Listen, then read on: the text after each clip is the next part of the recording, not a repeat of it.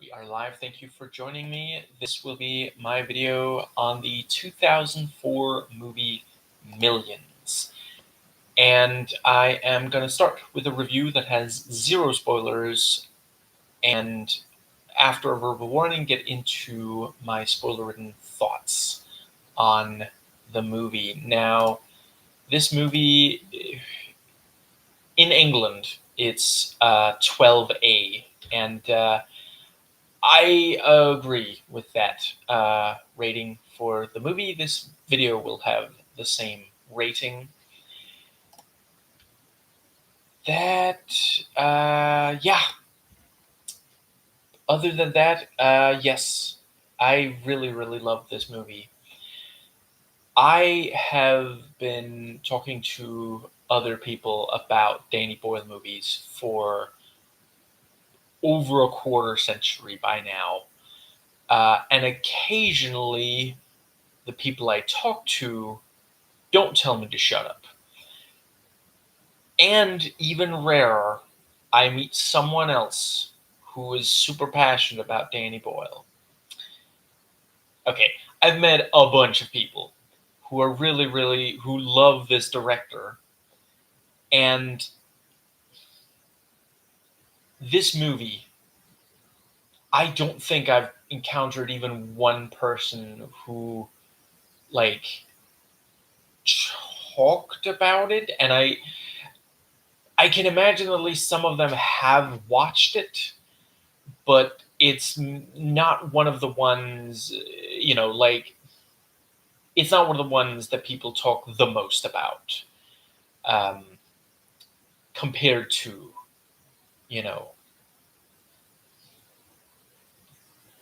yeah, movies like Trainspotting, 28 Days Later, now also 28 Years Later.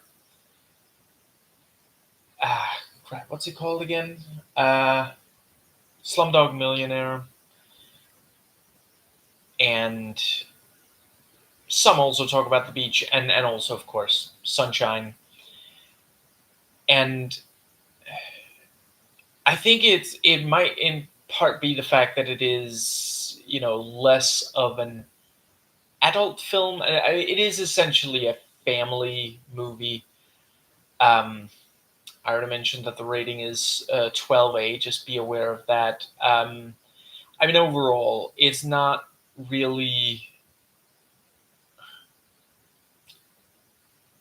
It's far from the worst thing that's, but yeah, that if a child watched it, it is most of the way, but there are a couple of things. Also, keep in mind in England, here in Europe in general, that age rating is not quite the same. In 2004, a PG-13 movie made in America would not be able to show any blood. There is a little bit of blood in this. And a couple of other things that also would not be in. I think that might just about cover. Yeah, I think it is primarily the fact that it's not really the kind of thing you think of when you think of Danny Boyle. We think of more his, what's the word? Yeah, the movies he's made that are for adults. And let's see if I can get this thing in the right place. There we go. Yes. And the yeah, I'm going to try to make a case for why it is still worth watching, even if you are not, a child. So one of the yes, I'll so the basic concept here is that 8-year-old Damien finds. I don't think I want to give away exactly how it happens, but he comes across a bag of money. And he's always tried to be good, you know. And I don't think it's at all accidental. And I think for the following, I do want to acknowledge, this movie's 20 years old. I am not, 21, whatever. I am, it's old enough to drink in all of America. But I'm not saying that the following, that I'm the first person to make the following observation. I don't think I've read any reviews of this, but again, it's been out for that long. I've known about its existence probably about as long, which is just because I'm such a big nerd that when I watch a movie and think I'd like to see more by that director, I actually look them up on IMDb. Yeah. And then recently, I found it on sale. Yes, you are correct. I have waited for 21 years to watch this movie because it wasn't on sale. But yeah. So he comes across this money, and I don't think that it's accidental that there is the bag is Nike, and if it was made in America, I would say that's the movie being obnoxiously product placement-y, because there are a number of shots that show that it is a Nike bag, and we all know, the slogan for Nike is "Just Did It." Okay, it technically isn't, but it should be, because their logo is like a check mark, should be, anyway. Their actual slogan is "Just Do It." The movie keeps encouraging Damien to just do it. But what is it? I mean, it is good. He is being encouraged to do good things with this money.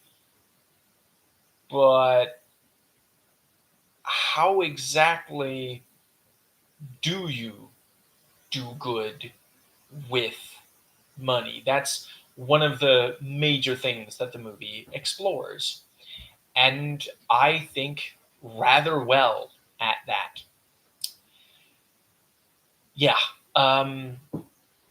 Because it is like very early on, we see a classroom full of students be asked, who cares about poor children? And all of them raise their hands, which I guess means they're officially not Republicans. Listen, I didn't make the choice for present day Republicans to be anti-empathy. That was their decision. But it's today it is harder to. I can imagine it used to be less complicated to do good with money. And I think that pretty well covers the preamble. So, yeah, the psychological accuracy, authenticity, and level of detail are all very, very high. This is a movie that really understands how kids think. And on the commentary track, at least some of the DVDs come with, which is excellent, by the way. In general, all the special features are worth watching. I believe it is Danny Boyle himself points out there is something of a difference between an 8-year-old and a 10-year-old, because Damon has a brother, Anthony. You are not getting any points for if you know, knowing, having a decent guess at what his age is. Like, frankly, using transitive logic and deductive reasoning, you should be able to confidently assert what his how old Anthony is. And let's see, yeah, it does such a good job, an amazing job, frankly, of like visualizing the infinite imagination of an 8-year-old. There is a naivete, a sort of innocence to the way that Damien sees the world. I'm going to directly quote. I'm afraid I forget the name, and my wrists are too sore to check right now. But one of the professional critics pointed out that the imagination being shown like this, we see how mundane things are made fantastic, miraculous, and vice versa. And it's absolutely true. It's such a great way to put it about this movie. Um, yeah, let's see. I think I'm gonna go ahead and yeah. So the following is absolutely not a spoiler. It's one of the first things that happen in this movie. But the family moves, and the kids, the brothers, race each other on bicycles up to where they've been told the house is going to be. It hasn't been built yet, and they run up imaginary stairs into their imaginary room, and then we see via a mix of CG and stop motion. Remember stop motion? I'm sorry, but it just has a charm to it that I don't think any other type of special effect that I've ever seen quite has.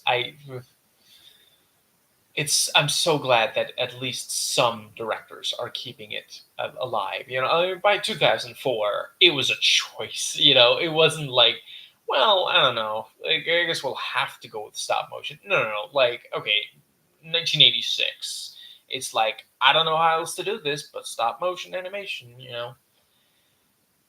But by 2004, it's like, listen, it's fantastic, and so's the movie. So we gotta use it. We gotta, and it culminates in the bathroom being finished, and then the two brothers run, open the door and run into the imaginary bathroom that is now visually finished. And it's just,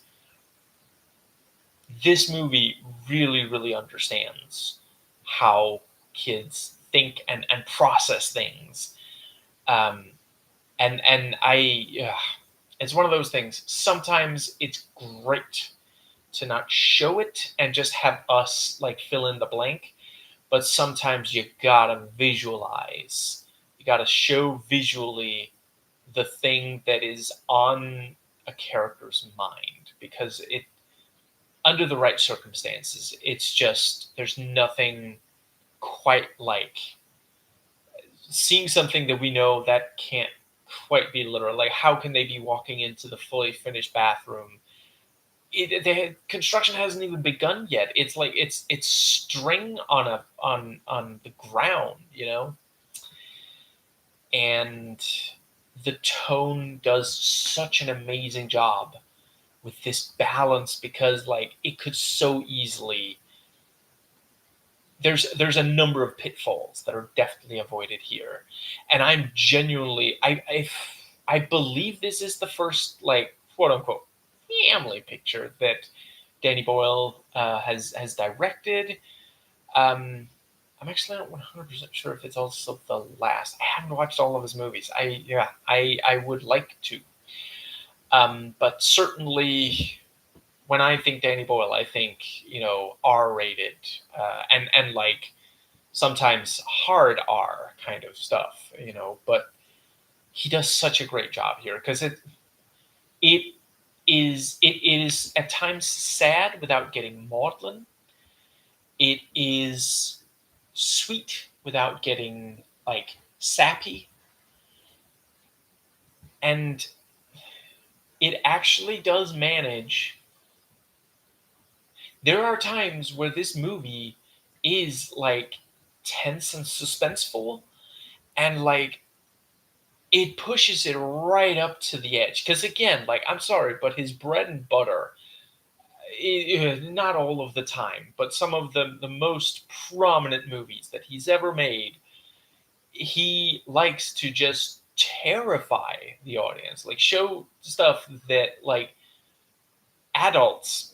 There are a number of adults who will watch one of his movies and not be able to, like, they'll have to watch some of it through like their fingers, like it's just, he's incredibly talented at crafting things that like genuinely fill you with dread in a way that like I've yes, since I turned I guess 13, I've been looking for directors who really nail that. I find it deeply effective, and research says healthy way to process fear. And he's one of my favorites for that. Yeah, and here he manages to make something that is scary, but not so much so that, yeah, like a 12-year-old. I mean, not every 12-year-old, but a lot of 12-year-olds would be fine watching this. And yet, like, it is still like, yeah, it's I was still like, holy crap. So not like terrified, but yeah. um the dialogue is great, really capturing the way that different people talk, the way that the kids talk, the way that different adults talk. Um, the adults don't all talk alike, nor do the kids. And yeah, Danny Boyle's direction is, as usual, just absolutely incredible. Like, I remain in awe of his talent. The cinematography and editing are probably where it is most Boylean. Um, I've told people since I bought this movie, I've told some of the people who also love Danny Boyle about this movie, and like immediately, like sometimes I'll say it, sometimes they beat me to it, but we'll say that's a little unusual for him, like we'll um, you might say, well, it's not entirely unlike something like Slumdog Millionaire, but it's still, not quite. And apparently, Boyle says in something on the DVD, I forget exactly where, that the pitch was essentially Trainspotting meets Amelie. And holy crap, if I had just heard that and not watched the movie, I'd be like, that makes no sense. But having watched it, yeah, like, I see what he means. Absolutely. Which is such a fantastic choice. Those are not two movies I would have thought of combining, but they are both amazing. Um, yeah, the I think, okay. I'll just note, so yeah, for Emily, it is this like sweet and charming. The both of these movies are overflowing with charm. That one is somewhat quirkier, um, and actually, I guess that might about be, yeah. In both we see visually what the characters are thinking and feeling, rather than because that's like, again, I think there are a lot of movies where it is amazing that they rely on face facial acting. Is that what it's called? You know, because you can communicate so much through a face. I'm like, I couldn't put into words how happy I am that Andor went for acting through sometimes just through the face. Sometimes they use more, um, but for this, yeah, I'm really glad that it's visual. Um, I think that pretty well covers that. But yeah, so Train Spotting. It's this like at times kind of the style can feel harsh. Now it's significantly toned down from Train Spotting, but there's at least one sequence in this that really feels like, okay, this, you know in some ways like Train Spotting, but for kids, which sounds horrible. If you are a kid watching this video, please do not look up Train Spotting. But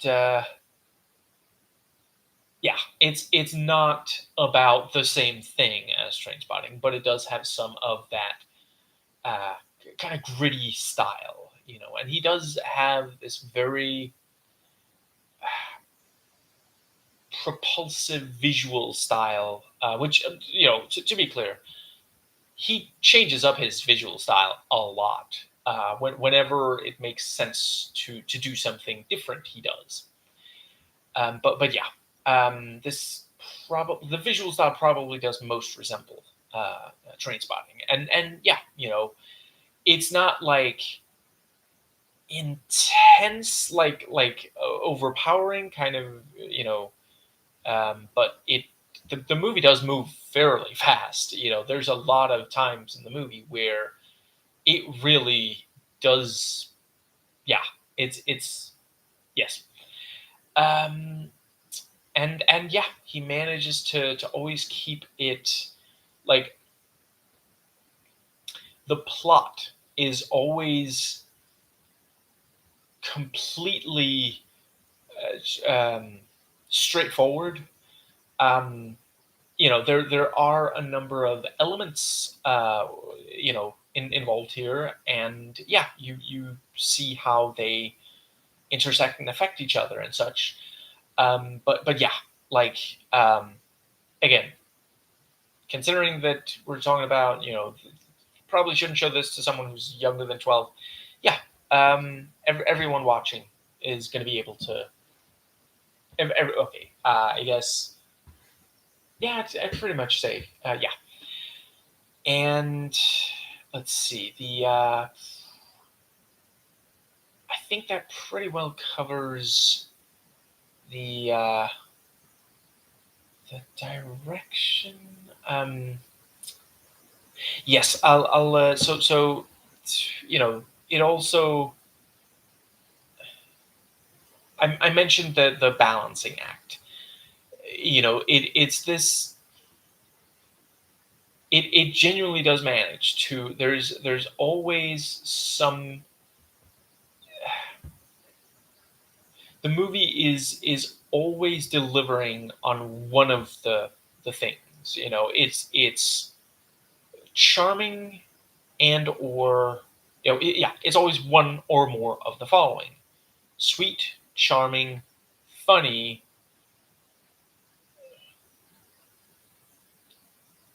deep-ish, like for a 12-year-old, deep. Um, that's not an insult to 12-year-olds. Yeah, I think that might just about cover it. But yeah, and yeah, I've seen a lot try and fail. You know, there are a number of the MCU movies. They'll have something that's like a genuine moment, but then before we've had time to process, it'll go to a joke, and here they actually get it right. We feel the emotion, but there is also a joke. It does. It's that thing about like today there is an expectation of like ironic distance, which like I think sometimes can work really well. I love some movies that have ironic distance. I love the Scream movies. Less so the third one, but the rest of them, there's a significant amount of irony and cynicism in those. I do think, it's great when movies dare to just be genuine and not feel like they have to. That's something I absolutely love about the first Wonder Woman solo movie. Although it is, of course, tainted by uh, Gal Gadot being a very insistent Zionist, considering the genocide in Gaza.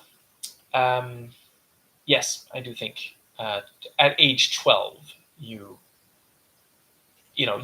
by then you've almost definitely heard of the Shoah at the very least, and perhaps of people, Zionists, insisting that because of the Shoah, somehow the genocide of Palestinians by the IDF is justified, which, like, I get wanting revenge on Nazis and that not being feasible,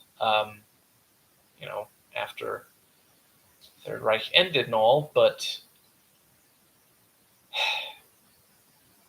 they're human beings, and it would be wonderful if Zionists could acknowledge that. But I do think this movie does a really, really solid job of having just enough of like a little bit of cynical edge and distance and such, through jokes and the like,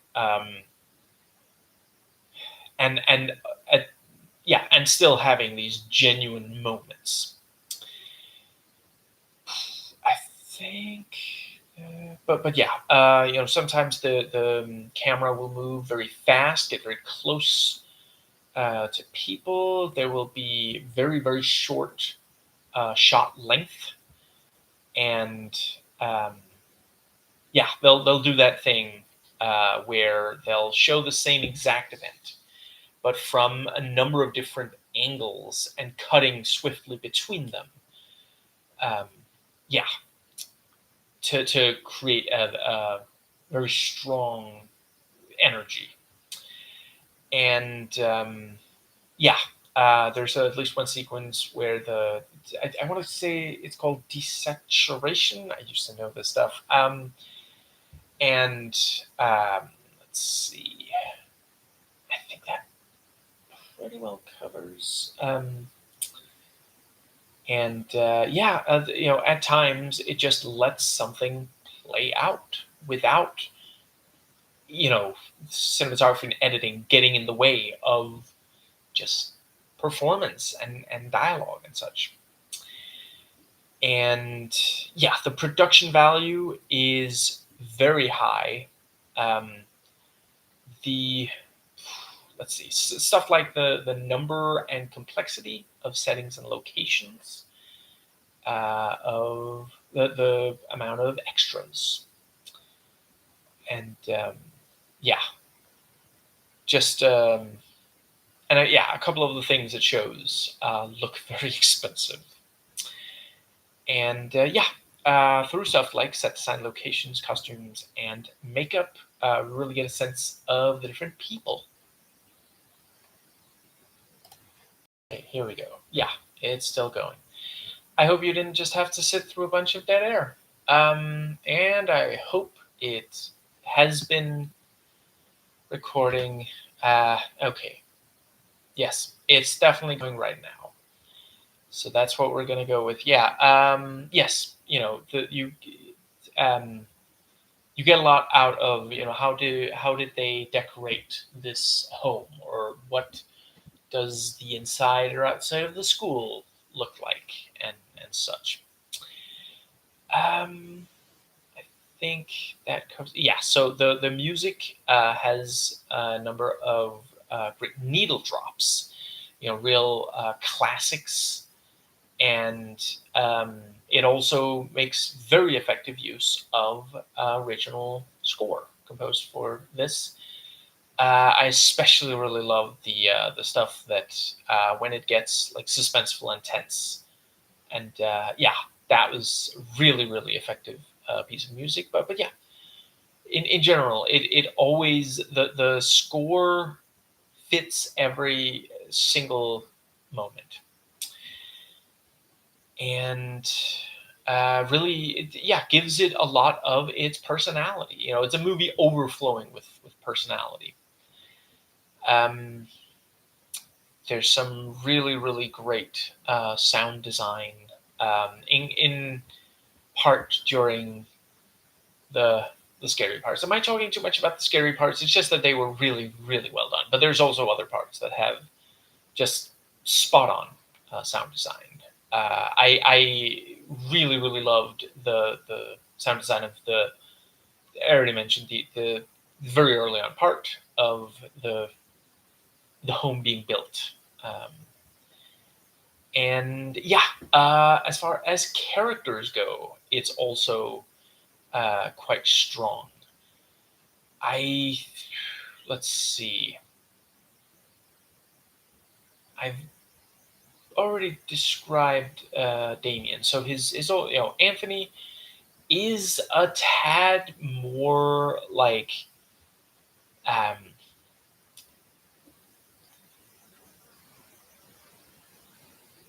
I think he would say practical. Let's go with he would definitely say that. Um, and Yeah, just like the very early on, we have this thing of how he'll talk about money.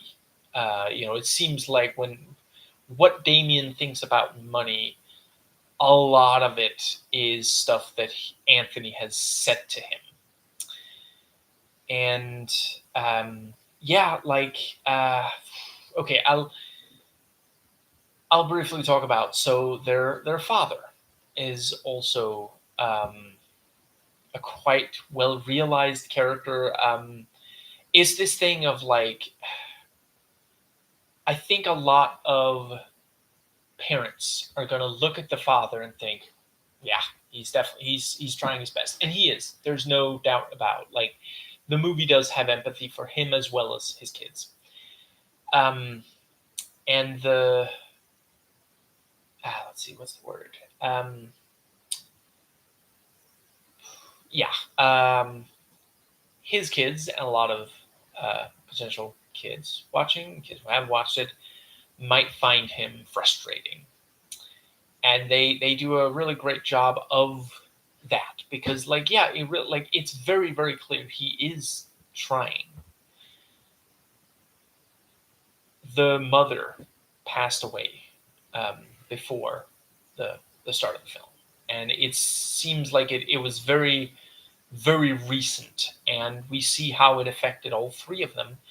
And yeah, like the father, he's suddenly a single parent. He, like, he does want to be a dad, but he's struggling a tiny bit. He's not always sure what to say or do. And I thought they did a fantastic job on the entire family unit. These three looking out for each other, and just trying to find out, what makes the most sense to do, because the world is really complicated today. Sometimes we might wish, things were simpler, um, which of course means we have to avoid the toxic aspects of the negative aspects of toxic nostalgia, which, by the way, is an excellent Some More News video. But yeah, um, the acting is just spot on across the board, and yeah, like just you really get a sense of the goodness of of Damien. It's this thing of he's essentially still so new to the world that he can find joy in things that the rest of us take for granted. And sometimes it's a good thing, and sometimes it can be a little like, that's part of why, like, for sure he needs both aunt and their father. um it's yeah, I think the movie does a fantastic job of exploring how, maybe sometimes we should try to think of things the way an 8-year-old boy would, and at the same time acknowledging, we do also have to take care of, if you're a parent, legal guardian, the family in general, or friend of the family, please make sure, 8-year-olds can get into some trouble. Please make sure they don't. And I think that might just about cover. Yeah, I don't think I want to give away any of the other characters just in case, but I will say everyone does just such a great job. And there's actually one character, like, they were like working on this character, and then they started to make a couple of changes, and then they were like, hey, let's make this character a type. And then they were like, well, why don't we just cast blah, blah, blah. And then they did, and I think that actor does a phenomenal job. I will mention who in the spoiler section. I think that pretty well covers that. So yeah, the pacing I already mentioned. Moves fast. It's not too fast. It's not so much so that it just like rush. It never feels like it's rushing. And so the special effects, a lot of the time, absolutely perfect. I did mention there's CG, and I want to make clear, this is not me saying, back then they should have just. I'm not doing this like in retrospect. I was one of the people saying it at the time. Like, I remember 2004. I remember the 90s. I remember early CG, and all of us were saying, I have no idea why Hollywood, and in this case also, some non-Hollywood, kept pushing it for so long. And instead of waiting until it was, you know, actually either photorealistic, which a lot of the time is what you want, and in this case also, or just like only use it in ways where it works. Like I mentioned in my video on Tron, the original Tron, I think it works there. It's never convincing, but it's not really supposed to be the real world. The fact that we can always tell it's an effect reminds us, yeah, I mean, this isn't the real world.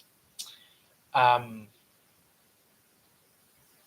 but yeah, there is very, very little CG in this, thankfully. Um, and it's not a movie that's like overloaded with effects. Like um, if a lot of what I've said, about like charm and sweetness and such makes, is appealing to you, but you want something that has a lot of special effects and such, um, I would recommend Amelie over this for that. for some reason, I'm never sure if people know. I'm talking about the French movie, Amélie. The Yeah, directed by Geneux, and I cannot remember the lead actress's name, but yeah, the original title translates into English as "The Fabulous Destiny of Amélie du something or other." Le fabuleux destin de Amélie Poulain. I think it's something like that. Yeah. By now you should be able to find it. It really is amazing. Like yeah, it's truly a masterpiece. As is this. But yeah, I think that covers that. Yeah, it does a good job of having varied comedy also. Yeah, I'll give a couple name a couple of the different things. So sometimes it's dialogue, verbal comedy. Sometimes it's sight gags. Sometimes it's just the idea of what is being, you know, said or shown. And I think that pretty well covers that. Yeah, I thought they did a really great job um, keeping, what's the word? It is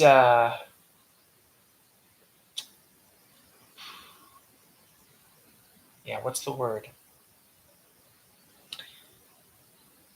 Uh, um, varying between, going back and forth between the different ones, so that we're not just, subjected to one over and over for a very long time.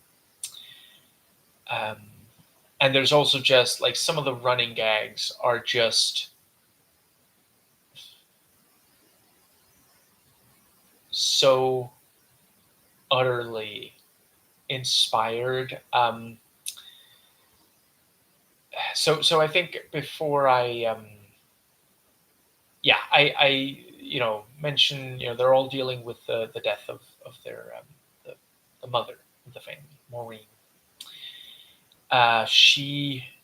It's very clear that the reason they're moving is that there's just too many memories connected to the house, and it's never said, but there's this brief bit where the father, right before closing the door as they're moving, putting one foot in front of the other,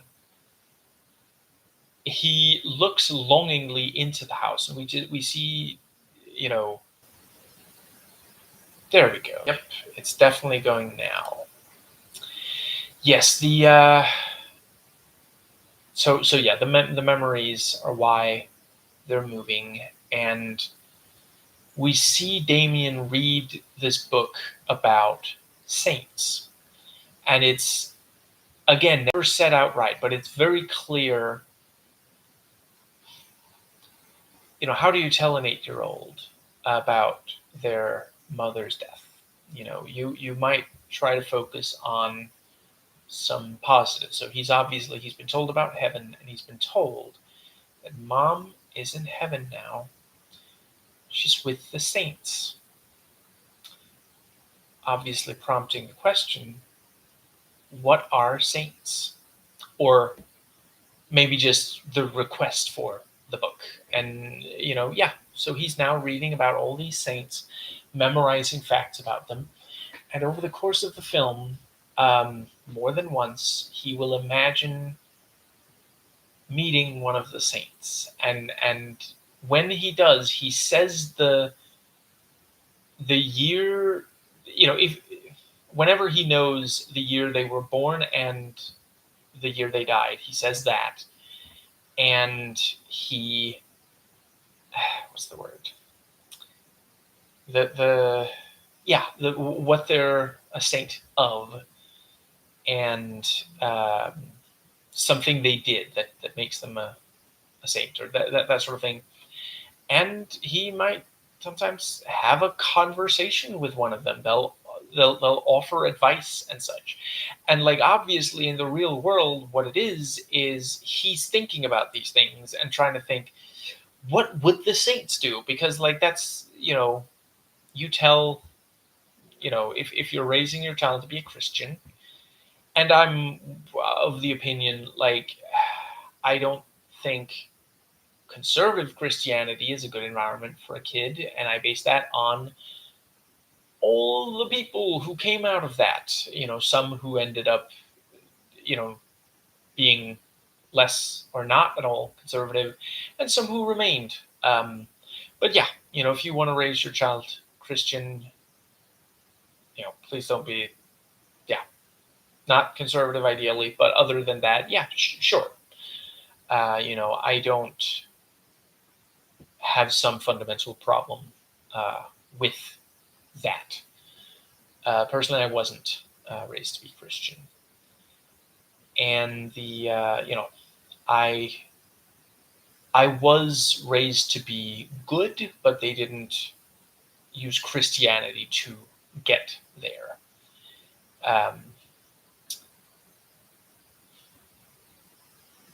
And if you are a Christian, please treat Muslims and Jewish people well also, and treat everybody well. Don't think that just because you are Christian and other people aren't, that makes you better than them. That's all I ask. Anyway, if you are raising your 8-year-old to be Christian, yeah, you'll tell them, well, be like the saints, be like Jesus and such. And yeah, it's a very good way to accomplish that. I'm so glad that they didn't just have, like, I don't know, voiceover, I guess, as he's thinking about these things. There is some voiceover in the movie, and it's used very well. But yeah, I'm really glad that they visualized these other things. It is one of those things. There are times where Danny Boyle can sometimes use narration as just like rely on it in a way that is a little unfortunate, but I do not think that is the case here. I think if you're a conservative Christian, you're probably going to hate at least something about this movie. And I don't just say that because conservative Christians appear to hate absolutely everything that is even remotely good. Like, listen, nobody forced you to side with Donald Trump. Is not a Christian. He could scarcely be less Christian, no matter how hard he tried. And he is trying pretty hard to just go against basically everything that Jesus ever said. And then he appointed Kristi Noem, who like bragged about being a puppy murderer. Like, I'm sorry, but why do you hate everything that's even remotely like? Anyway, yeah, conservative Christians tend to find something to hate about pieces of media that, have Christianity in a way that they don't like, or that don't have Christianity at all. It's very much a catch-22, lose-lose. But I think if you are just, moderate in your Christian faith, I think you're probably just gonna think it is charming. I don't get the sense that the movie is like trying to be sacrilegious or something.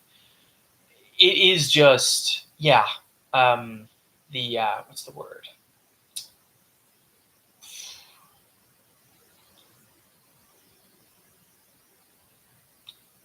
It is it's exploring the faith somewhat, and yeah, I think that pretty well covers that. So I think I will just briefly note. So I mentioned, it is a European, ages 12 and up.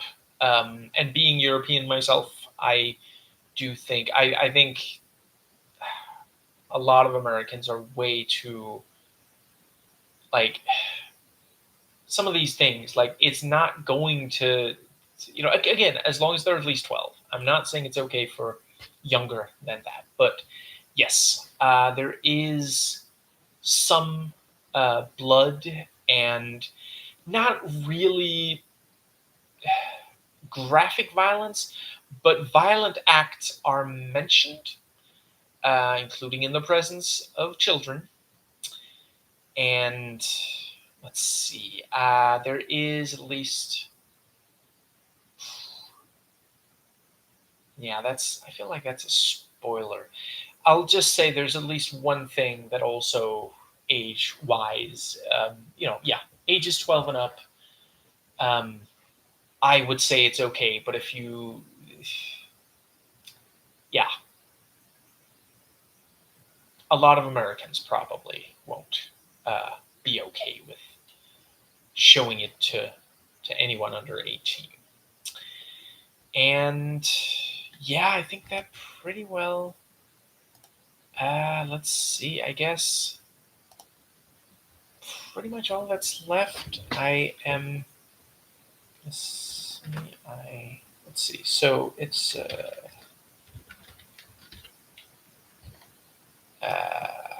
is this right? This doesn't look right. Here we go. Yes. So, yes, I think the overall, yes. So, every movie Danny Boyle has directed that I've watched rank worst to best, and I love all of these except for Slumdog Millionaire. Slumdog Millionaire, Millions, The Beach, The First Trainspotting, 28 Days Later, 28 Years Later, and Sunshine. And yeah, I think that does bring us to, right, yes. I think ultimately, yeah, I rate this 8 wonderful, innocent looks at the world out of 10.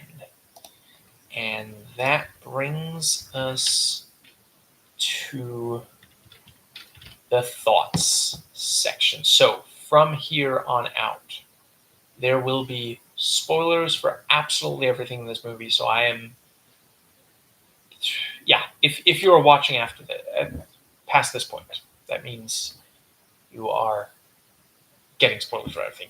So I think I'll start by just briefly noting. So yes, it's the character of Dorothy that in the, I think it's commentary track, somewhere on the DVD, they talk about, at first, let's see, at first the person explaining about the donations was male, and they changed it to female, and then they thought, hey, let's get someone like this, and then they ended up casting, and then decided, let's just cast her. And I'd like to watch other stuff she's in. I do not think I've seen anything else that's sort to check right now, but yeah, and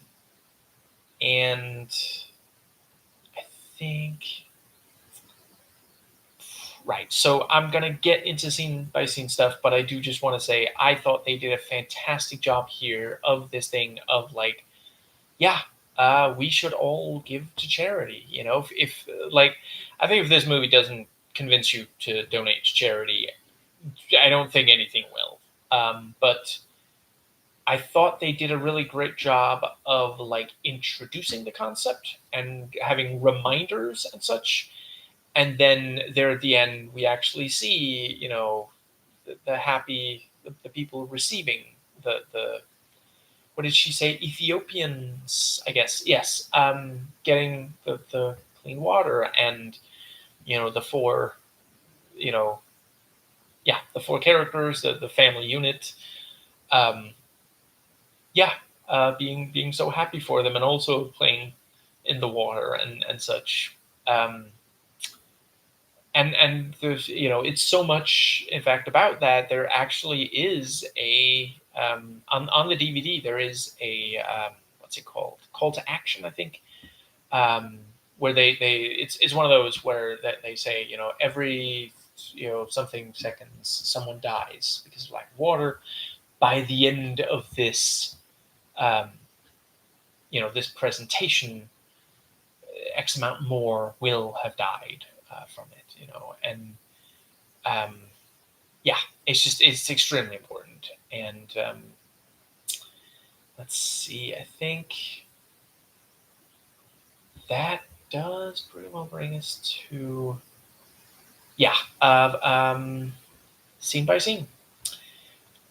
I've said almost everything I had to about the opening. I thought it was really great, this thing of like, yeah, when it's just the two of them, Ant and Damien play together. But once they're in school, Ant is off by himself. Like, listen, I get, they're different ages, they're in different grades, but it is also like, it wouldn't kill Ant to, there's the part where he gets like a bike ride. He could let Damien be a part of that. It legit would not kill Ant. It might have that effect on his social standing, his status, but you know, and that's sadly, a lot of kids and teenagers care more about that than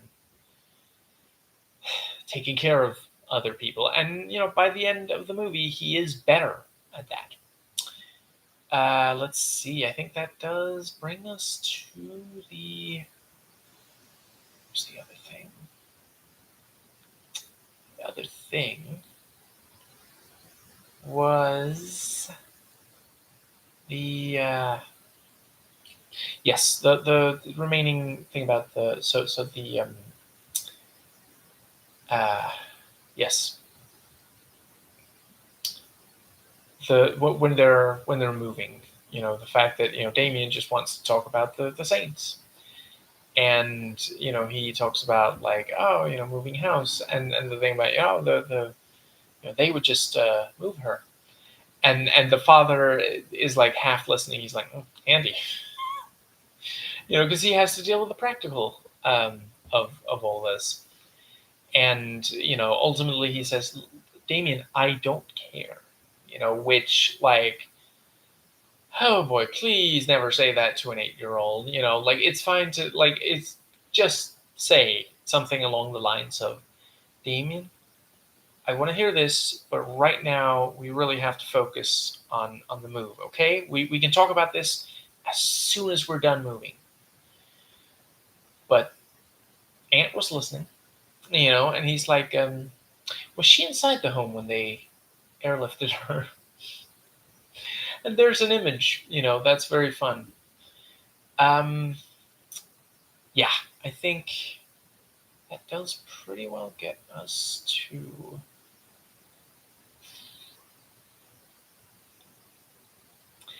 Um, should I just briefly? So I mentioned, I've talked about how much I love the movie. I did rank it slightly low. I think I think it's extremely important to make movies and shows and games and all kinds of media that are okay for younger audiences as well. In this case, 12-year-olds. I do think a lot of the time there's certain things where you can only get truly as deep as it would be great to go if it is R-rated. If it is for adults. That's why I rank it below uh, the, those other ones. But yeah, I think the yeah, I thought they did a really great job. They make sure to show, like, for Damien, moving, like, he's just reading this book and he's just like, okay, now we leave the house. Oh, remember the key. And great bit of setup and payoff for, Dad forgot to have, the key was still in the lock. And then later, Damien is the one who forgets, and you have the scary hand coming in through the letter, uh, whatever that thing's called, and unlocking, master of unlocking, and thankfully turns out to just be Dad. Yes, let's see. The other thing was, but yeah, for the adults, it's about lifting and carrying and moving all this stuff. Let's see, and I think that more or less brings us to the. So yeah, the thing about so yeah, Damien can't sleep. Clown will eat him. So he gets up and knocks on the door to Aunt. Come in.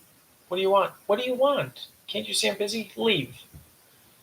Because like Damien feels weird about saying it out loud, but it is to Aunt, and Aunt is currently is like he's trying to be realistic, adult. There are a number of people. I went through that myself. If you lose one of your parents at a very young age, you might try to become an adult extremely fast, and it's just not healthy. Let's see.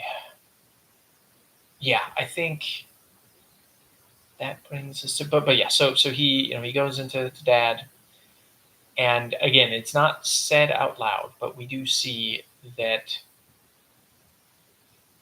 Dad put several pillows on the other side of the bed, and the way he's lying in bed, he's got his arms around one of the pillows, and nobody has to say it out loud because we can understand it's hard for him to fall asleep without Maureen right there. She's for so long she was always there. For I don't know 10 years plus, I guess. That's yeah. And when Damien, Damien doesn't even have to like say exactly what he means, because like a lot of the time kids don't, and it's important for the adults in their lives to be extra good at interpreting. He just says, I don't like having my own room, and Dad understands. This is, and he's willing to let him sleep in the bed, because like right now that's something Damien needs. And yeah, he moves the pillows, and yeah, Damien gets in and they go to sleep. And also the detail that like I don't know 100% if no, I think probably Ant had also been sent to bed, but he got up and turned on his computer, which, like, yeah, 2004, yeah. We were on computers, if, yeah. Yes. Moving on,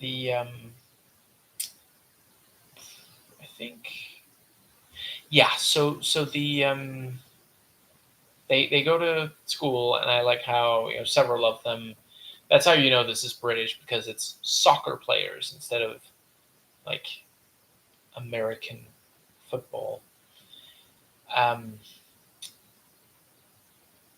It's a fun fact: Native Americans actually contributed significantly to American football. Somewhere News did a video about that, among other things. Let's see. I think, but yeah, and one of the girls is just too shy to say anything. She just says, "I don't know." And then Damien, Saint, something or other. Who does he play for? he didn't even realize the kid said saint, like, but he's so, like, the fact that it's a saint instead of a soccer player. Yeah. Um, but the yeah.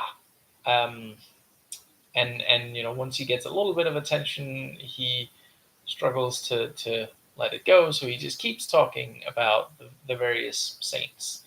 And yeah, some of these, like, really gruesome details, which I do think also underlines, like, how much of this stuff should children be told, because, like, I know of Christians who've told their small children various really harsh, intense parts of the Bible, but the yeah, and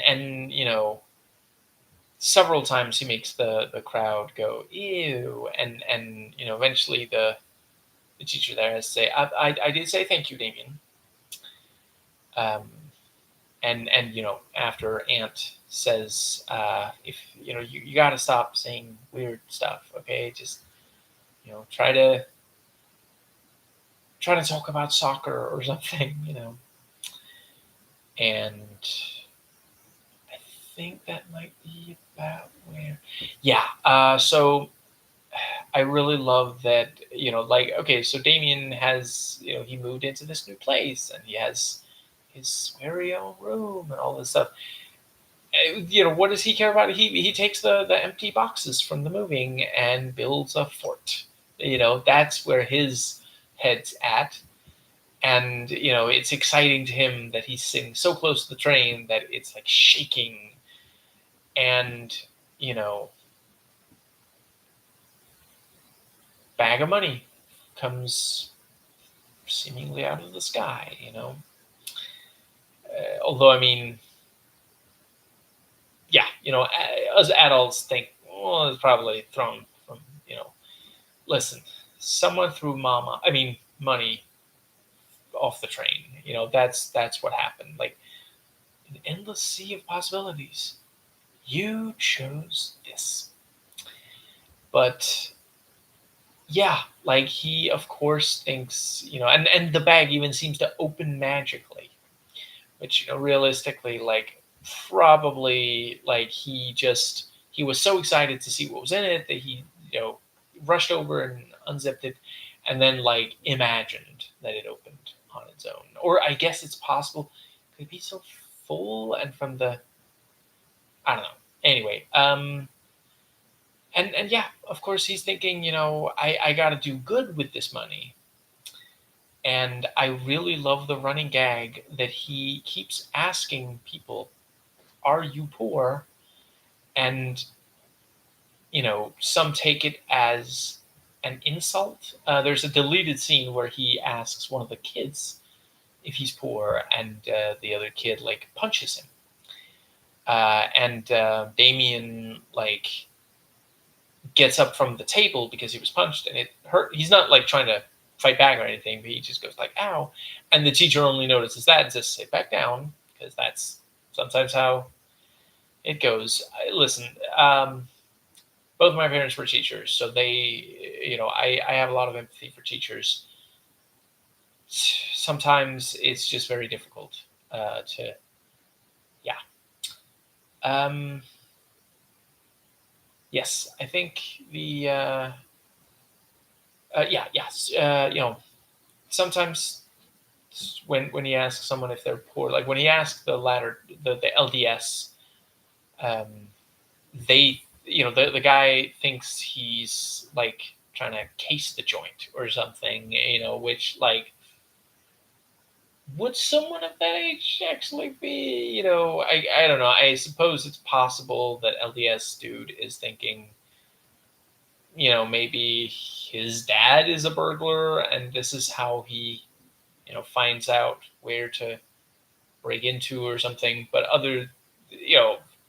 would that really, I don't know. It feels, anyway, it seems like the LDS dude, even though, like, he, apparently they don't have very much, he's still worried. Like, they even say, no, like, we shouldn't worry about our earthly possessions.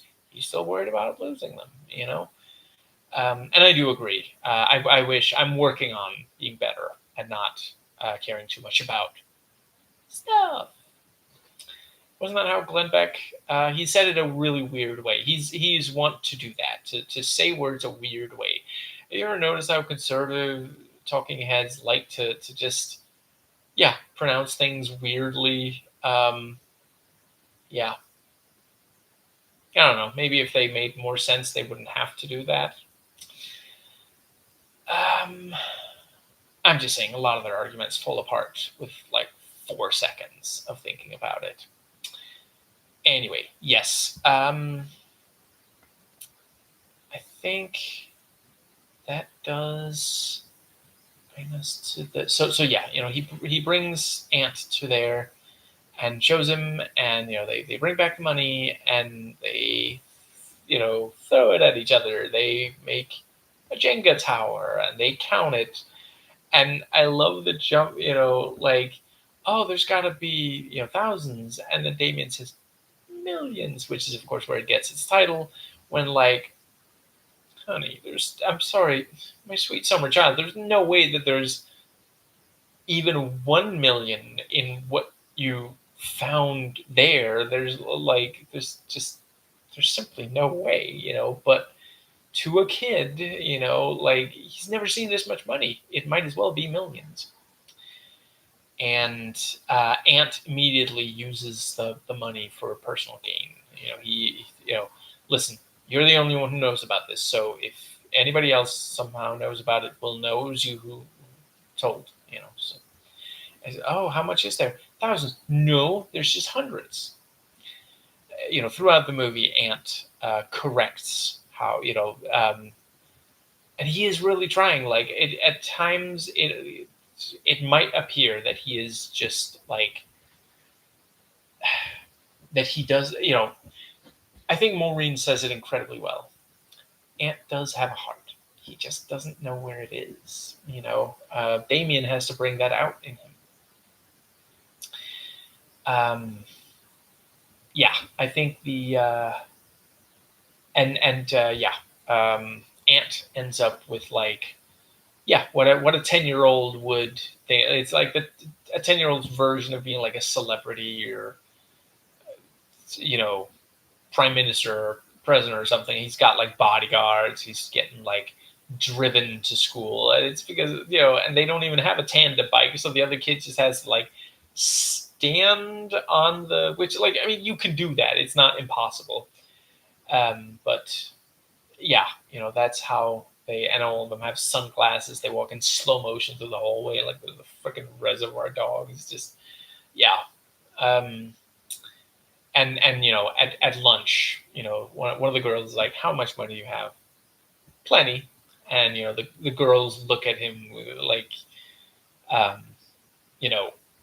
there's a like what's the word? Like, I guess admiration. Like, he has high status there. And let's see. I think that brings us to yes. So he asks, he's there's a thing. Oh, we got to give it to poor people. There aren't any poor. Where are you going to find poor people? There's loads of them. Well, not around here. They can't afford it. And so and the thing about we can't give the money away. Oh, hold on, crap! I think I'm mixing up the order. Is it the okay? Yeah. So let's one of the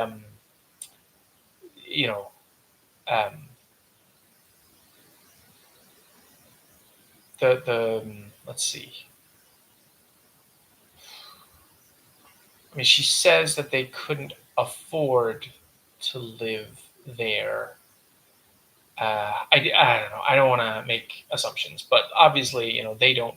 She and her friend don't have a lot of money. But so he has. She's like, okay. She's got a big issue. Does anyone want to buy a big issue? And he just hands her, a bunch of money. And what was it, like what did he say? 100 quid or something like that, and he's you can keep the rest. And she's like, oh, thank you so much. I'm dying to get some lunch. And then he asks, are you poor? And the yeah, um, that's one of the times where it does go fairly reasonably, but a lot of the time it doesn't. But yeah, and the thing about lunch, we're going to Pizza Hut. You want to come? And Aunt is like, no, she just wants more money, and we don't have any. And yeah, she says, no, no, no, I would love to come eat, And she's like, can I bring my friend? And Damien like nods enthusiastically, and Ant's like, oh, you know. And so we see, they start crossing the street, and I love that the shot just holds, and we see, okay, so there's her and her friend.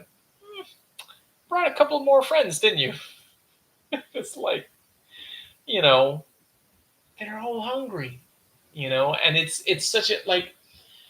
Can I just say, I love that because okay, so they are definitely poor. The movie doesn't think that they are a joke or pathetic or bootstraps. None of that.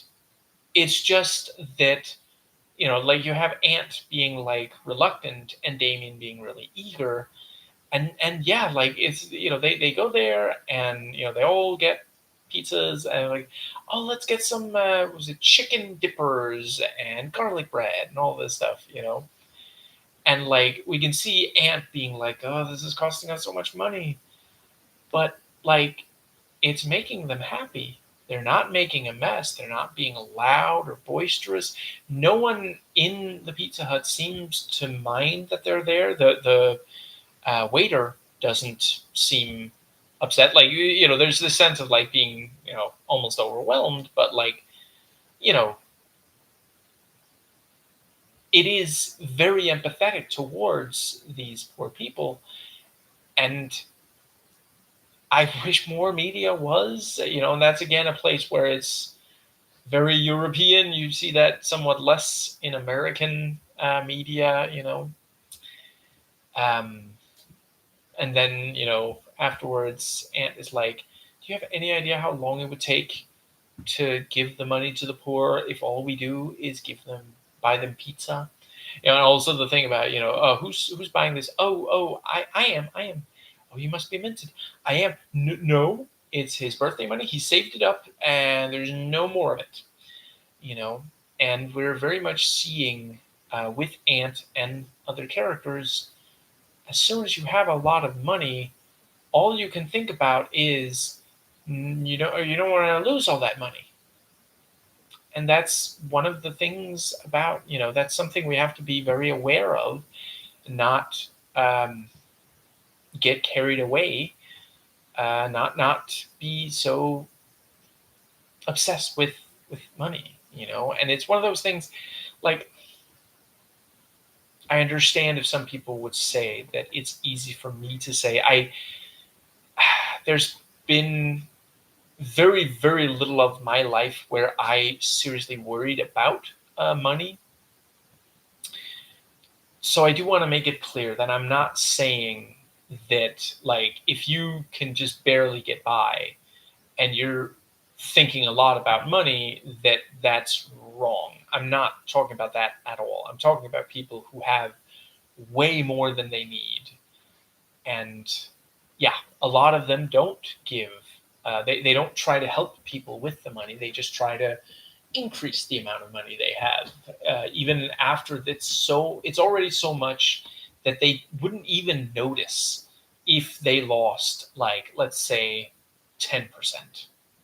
And yet they don't want to be taxed at a higher rate. They don't want to pay their employees better, So yeah, I really, really appreciate media like this, that like it is very clearly coming down on the side of, yes, we should help people as much as we can. And I mean, if the movie's in part about having all this money, but it does also say, hey, what was it she said? 100 quid to buy a well, and then they'll never want for water ever again.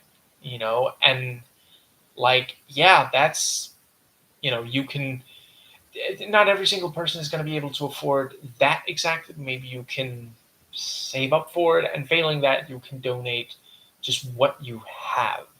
Like, even a little means a lot to people who have, to people who need, who yeah, are want for something that so many of us just take for granted. Like, I can't even imagine. I have never in my life had to worry about, like, can I get access to clean water? Just, yeah.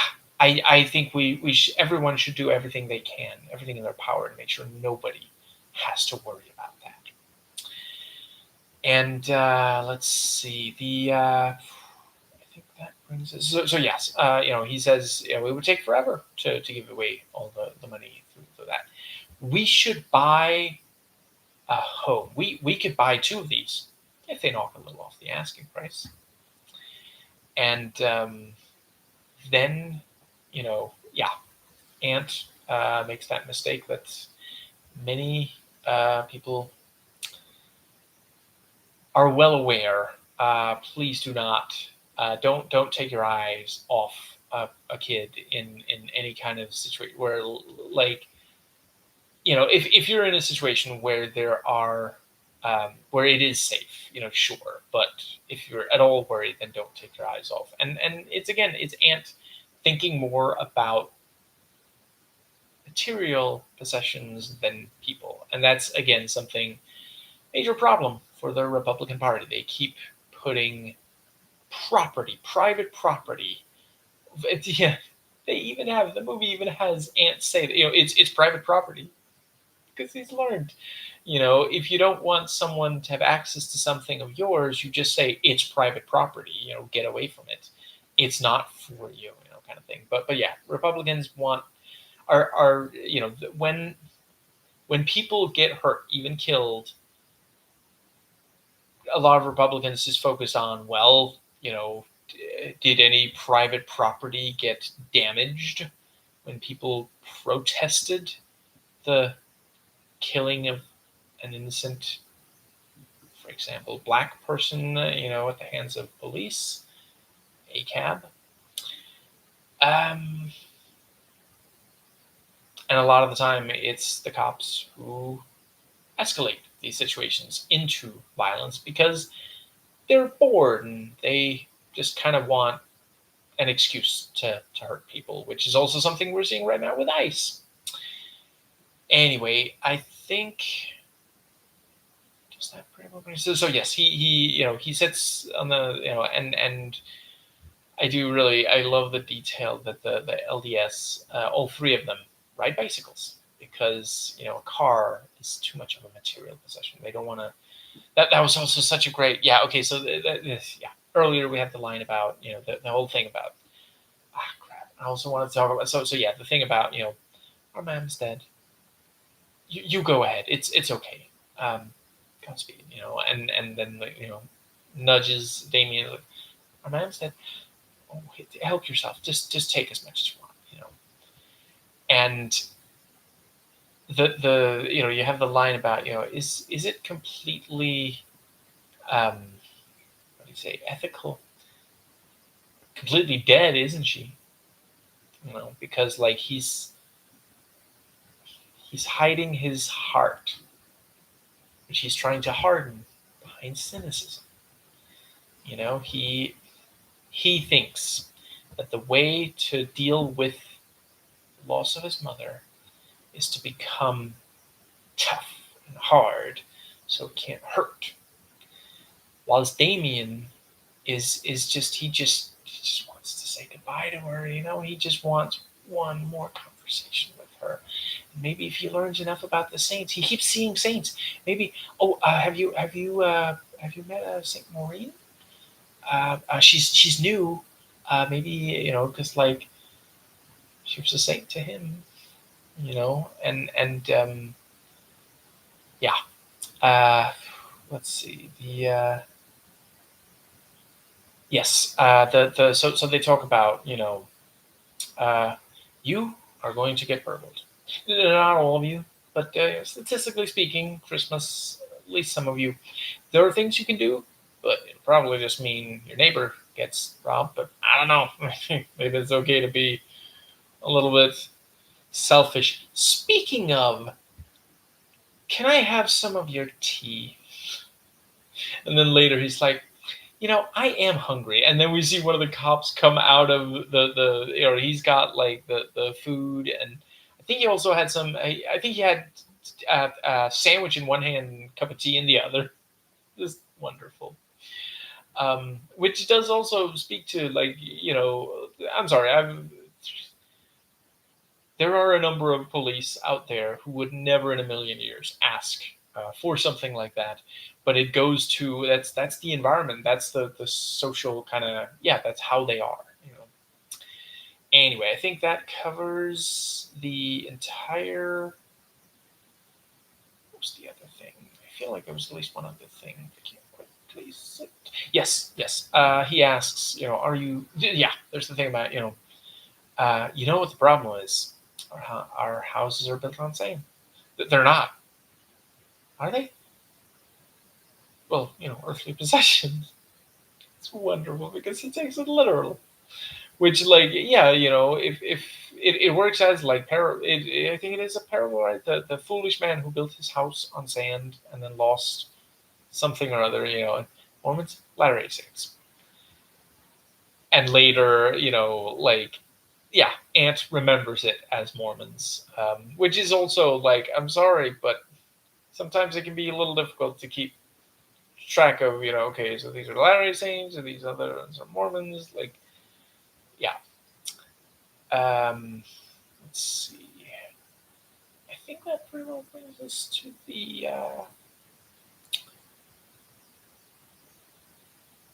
What's the other thing? There's at least one other thing, but I can quickly sit. Yeah, he underlines, no cash at the premises. So you are poor, in a manner of speaking.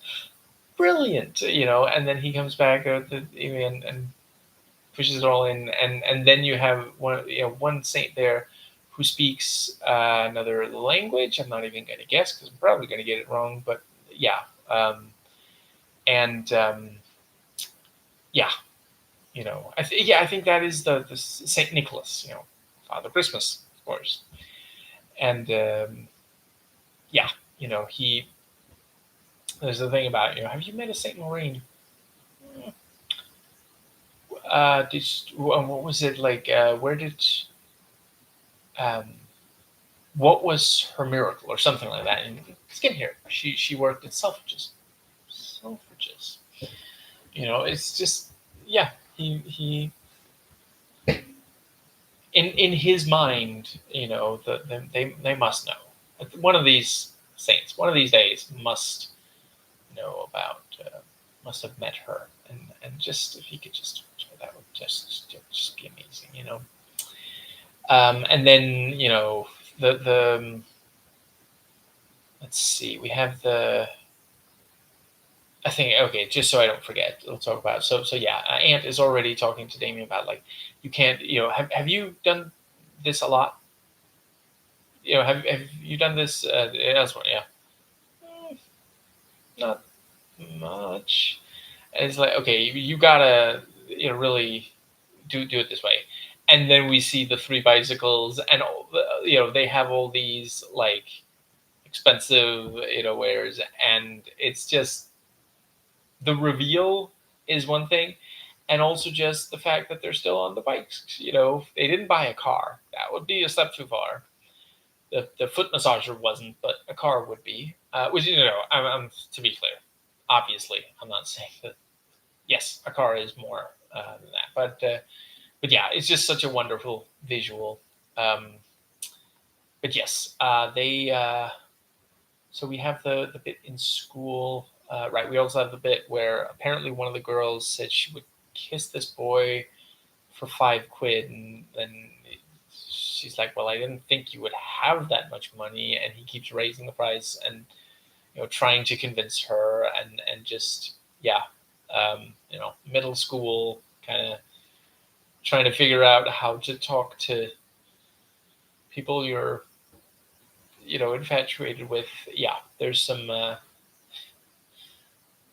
there's a learning curve.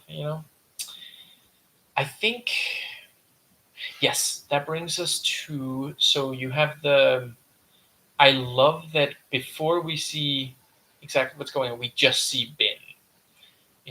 It's just driving around, the girls are screaming, and we get some close-ups of it, and it's cutting back and forth, and it just, it feels like this, and crap, I also got to talk about, okay, so we're just gonna call him Robber. One day, like, Damien is at the fort, and also really love the rebuilding the fort, and we also have them praying for rain, and we have the mention of access to water being extremely important, and and that's where we have a little bit of blood, on his hand, first the saint's hand, then Damien's hand. Then we can clearly see, he was decapitated. We see the wound from that. One day Damien is just standing there, and we just see, like, there's a figure off in the distance. Like, it's very creepy, and he, like, the way he will just sort of appear, and it's like, as an adult, I can see, I think he could have moved between those places. And, we just don't see it, and that makes it really effective. That's a really effective way to do it. I didn't want to spoil that in the review, but I do love the way that he will just appear, because Damien didn't see him, so neither do we move. I mean, between the spaces. Yes, I think that brings us. So he comes up, and it's like, nice place. Very close to the train, and, like, we as adults can see where he's going with that. He's like, this is where I expected my money to be, and he asks, are you poor? And that's, again, a case where, the robber basically gets offended, but then realizes, oh, he did find the money, and he has it, and I just gotta get it out of him. And then he says, I have loads of money. And then we have the thing, the walkie-talkie thing, and run over and says, oh, he's poor. I found a poor person. Who is he? I told you he's poor. Yes, I know. Damien, who is he? You don't know him. Did he hurt you? And Damien doesn't even understand, how would he hurt me? And it's like, no, never mind. It's a little too early to explain it to him if it didn't happen. Because, like, obviously, if Damien was hurt, like, he wears his emotions on his sleeve. If Robert had hurt Damien, he would immediately tell Ant. Ant wouldn't even have to ask. I told him we have a lot of money. And then, he brings back the piggy bank, the penny jar, and puts it down and says, see, loads of money. You can have it. We'll just leave it here. And the way the robber, we see, like, he does move over there, and he picks it up, and, like, the way that, like, he, like, not quite throws it, but, like, he picks it up and lets it drop, and then catches with its other hand. So something like that, it just, it just makes you uncomfortable to look at. And like, we're sitting there, thinking, I really hope he bought it, but I don't think he did, and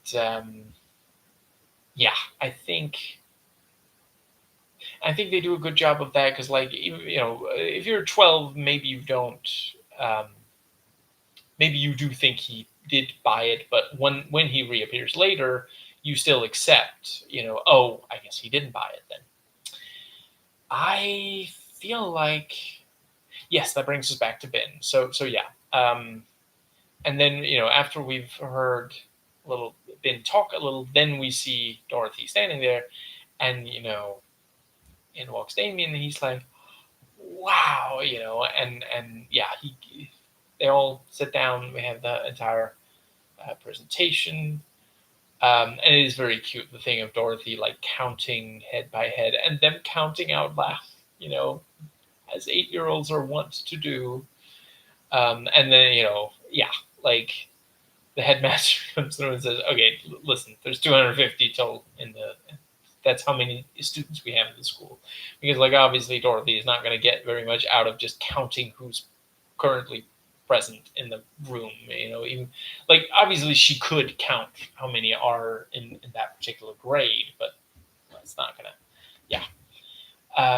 But yeah, and she explains the whole thing, and I like the way that she starts by saying how much is and that's also it's fun. When the movie was made, I think they did think they were gonna go all in on the euro, and ultimately they didn't. They're now they've done Brexit, and yeah, but the yes, I think yeah, and he even gets the student who answers how many the exchange rate. He gets a currency converter. And then she asks a question that's a little bit hard because you need to do a little bit of math there. And then she says, "Well, it's not very much to you, but if we pool all of it together, it would mean an awful lot more than it does to you to the Ethiopian people." And then she goes back to the robot, and I love. I already mentioned we only see her speak into the thing after. We also only see the remote after, and she's turned away and she's using the remote, and she's looking just enough. But yeah, an 8-year-old can buy. Oh, the voice is really it's a living bin, and this is the thing, chuck it in the bin. Because like that's what you do with something that's not really worth a lot. Just yeah, wonderful. But yeah, the let's see, um, you know, the various most of the students, will like rush out of the way and jump in front through, run past and just chuck in the bin, what little they have in their pocket, that sort of thing. And then like Damien just stands there like, wow, amazing, another miracle.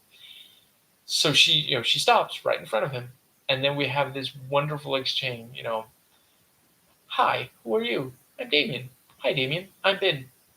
Hello, Ben. And they say, I think it's on the commentary track. They talk about like that's one of the best lines. I think was that Danny Boyle's favorite line of the movie. I think something like that. And he also mentioned it brings the house down. It's so funny. It was so freaking good. And yeah, he throws in, and afterwards Auntie's like, why did you bring 1,000 quid to school? Don't you see how that's suspicious? It's not suspicious. It's unusual. Just yeah, he's so charming. And yeah, that's when they walk home and we see all the bought stuff. But yeah, they they get called in, office now, and Dorothy said, right, that was also, did you get a good haul? Yeah, pretty good. And then she opens it. you know, just, yeah. And of course, like she kind of has to mention it because, like, yeah, like I don't know, maybe one of the students is stealing, maybe one of the parents is a thief, and they got a little bit of stolen goods or something, But yeah, so yeah, she's sitting outside, and Dad comes in, and there's in there, and you stole from the Mormons? It doesn't. They all, yeah. None of them remember that they're LDS, that it's not Mormons. But yeah, yeah, how could you steal from them? And Aunt just like, you know, I mean, those are real tears, and he like, I miss Mom. And yeah, at that point, like, what kind of an a-hole would like keep yelling at them? So, and yeah, the fact that Dad afterwards he said, he keeps harping on the crying. Like he does also say, like you don't. What was it? Take care of each other and you'll be all right. He does say some good stuff, but he does also say he keeps harping on the crying, and which is like, I mean, it's okay if they need to cry, they need to cry, especially about their lost mother, But he's trying. It's how he was raised. An aunt says to Damien, "Don't ever make me do that again." Now, obviously, in part, he is talking about the fact that he just had to lie in order to. Well, it wasn't. No. Yeah, part of it was a lie, about stealing from LDS. In part, he's talking about lying. But I mean, he does lie other times. He's comfortable with that. But what he's really saying is, don't make me feel the pain of losing Mom, because like those were real tears. Like, what else would he really be crying about? Like, I don't think there's anything else that he's like just thinking about that to make himself cry. No, he's crying because he misses Maureen, and he feels like it's wrong for him to feel that, to actually express it. I've said before, and it bears repeating. I know I'm a broken record, but there is no wrong way to grieve. It's a process. There's no one way that everybody grieves. If you don't feel like you're going through the 5 stages, that doesn't mean you're grieving wrong. And yeah, he feels like this is weakness, that this is unsustainable. Like, he doesn't just say, "You owe me big." He says, "Never again. You made me." He feels like he lost control, and that's scary. He clearly he thinks he can control his way out of this. He thinks he can. No. Like, listen, there's this stuff about money, and we just gotta keep a close eye on. We can. Like, as soon as he gets all this money, he buys friends. Like the that was also, it was wonderful when like they carry over like he doesn't have to get his own tray, but it's still like cafeteria food. Like it's what everybody else is eating, I'm pretty sure, and it's like covered as if it is like this, because yeah, they're mimicking the adult world as kids do. um but yeah, and yeah, it's such great, so yeah, Dorothy is like, so I kind of had to tell. I'm sorry. I didn't want to get your kids into trouble. And that's also one of those things. Like, yeah, I 100% believe that they could pretty quickly find out who. Um, I mean, she's. Let's see. She saw. Yes. Let's see. Damien specifically stood still. There were a bunch of people around him. He lifts his hand, throws something in the bin. Pretty much any of the kids who were nearby would have seen that was not 2 pence. That was significantly more than 2 pence. That was not even just 3 pence. And yeah, she, the little bit of connection between Dorothy and Dad. The thing about, well, we're going school to school to, um, explain about the water. Does anybody understand it? Well, not at first, but then, I talk to them, and then they really don't understand it. And it's such a wonderful, because they have the same sense of humor, And I love, see, again, we need more like this. There are so many men out there who have fallen for all this manosphere crap.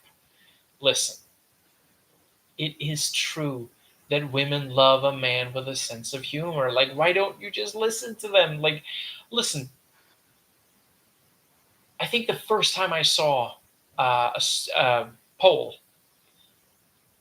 30 years ago or something, a poll, what do women, a bunch of women were asked, what do you look for in a partner? Top answer was a sense of humor. And I've seen poll after poll over, 30 years, 3 decades. And like, it's not always the very number one, but it's close to the top quite consistently. And other things like, dependable, makes me feel safe, stuff like that. They don't want someone to control them.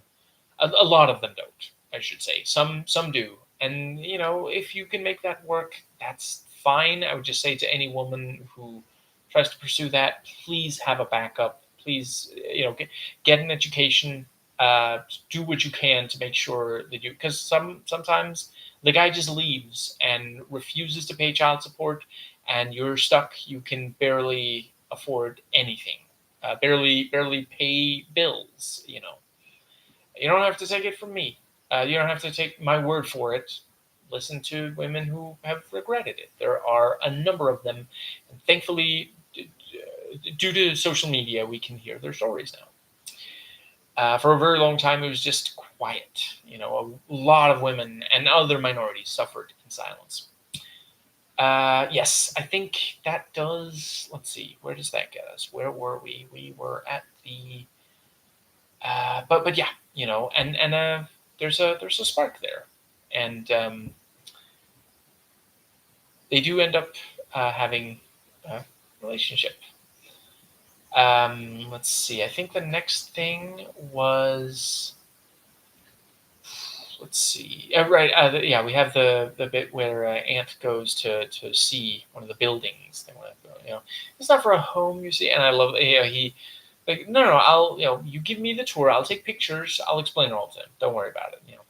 You do go to school, don't you? Just look at pictures, and one of the pictures shows, he brought the bike up there because like there's no good place to lock it, because it's not a place for bikes really. Like it's a fancy place, a very expensive place, and there's the thing about it keeps going up in value.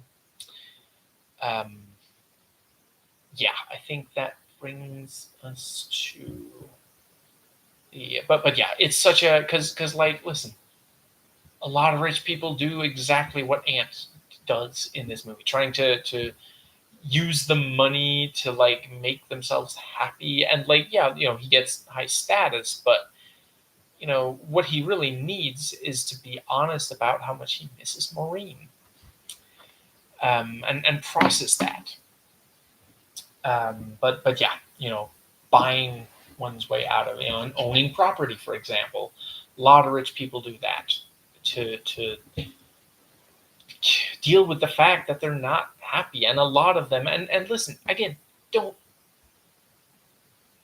Whenever I say something, if you think that is that really right, please look up another source. I am not asking you to take my word for anything I say. Okay, personal experiences of mine, but other than that, I'm basing it on studies, research. There are, crap, what was that? I think it was Therapist of the Rich or something like that, who said, no, listen, you don't understand. You got to know this. It is Succession. It genuinely, that show nails how miserable they are, how all this constant competition just, they can't stand it. And a lot of them don't even like each other.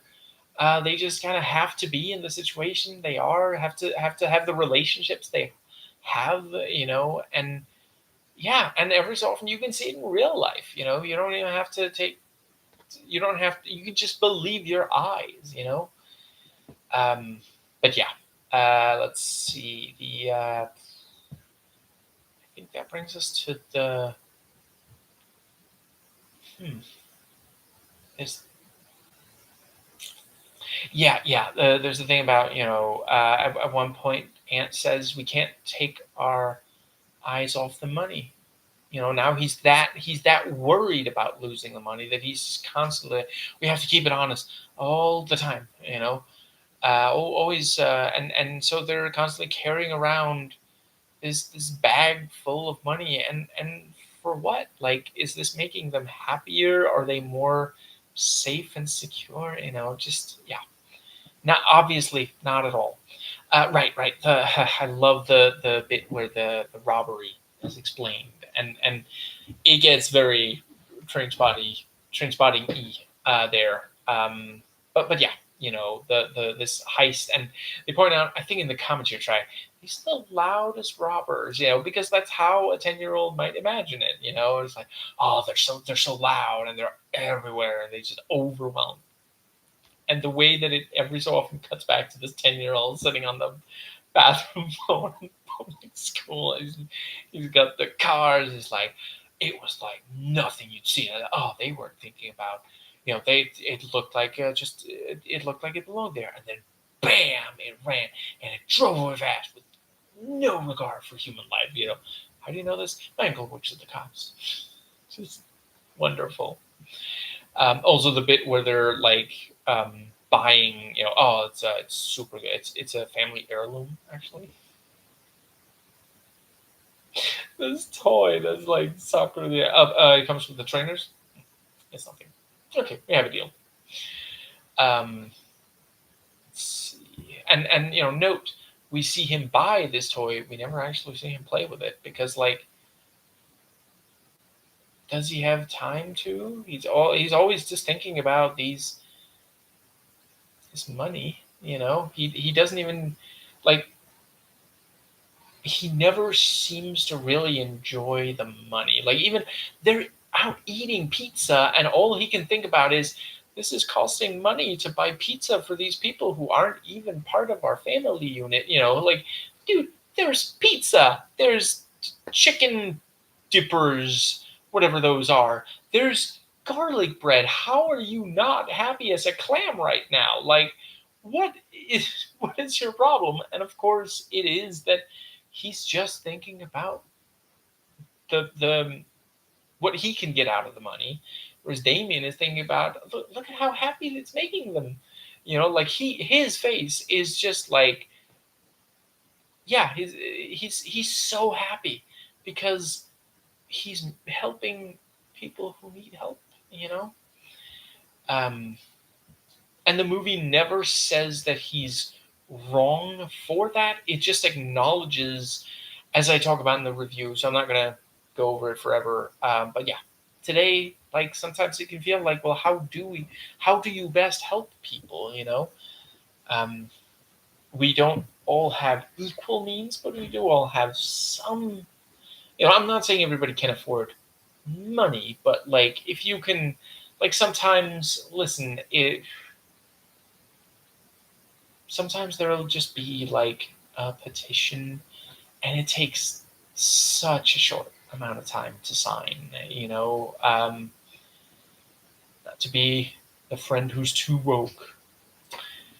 um, I guess people who can't handle progressive politics probably clicked off this video as soon as I started going after Republicans, didn't they? They are a thin-skinned lot. Anyway, yes, what's the word?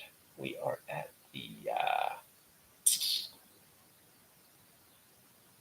yes. The thing about, why did you even tell me about the robbery? Because he wanted to think that the money was from God. He just wanted, because now it's like, well, we have to give it back. That's the right thing. We have to give back. We have to give back, Aunt. And where did you think the money came from? God. Who else has that kind of money? Because so often, like in our world, power is equated to money. God is all powerful, so he must have infinite money. He has millions, right? And you have people pointing out, well, they were just going to burn it, though. If we give it, if we give it or spend it, then it can do some good. Why should we just give it back?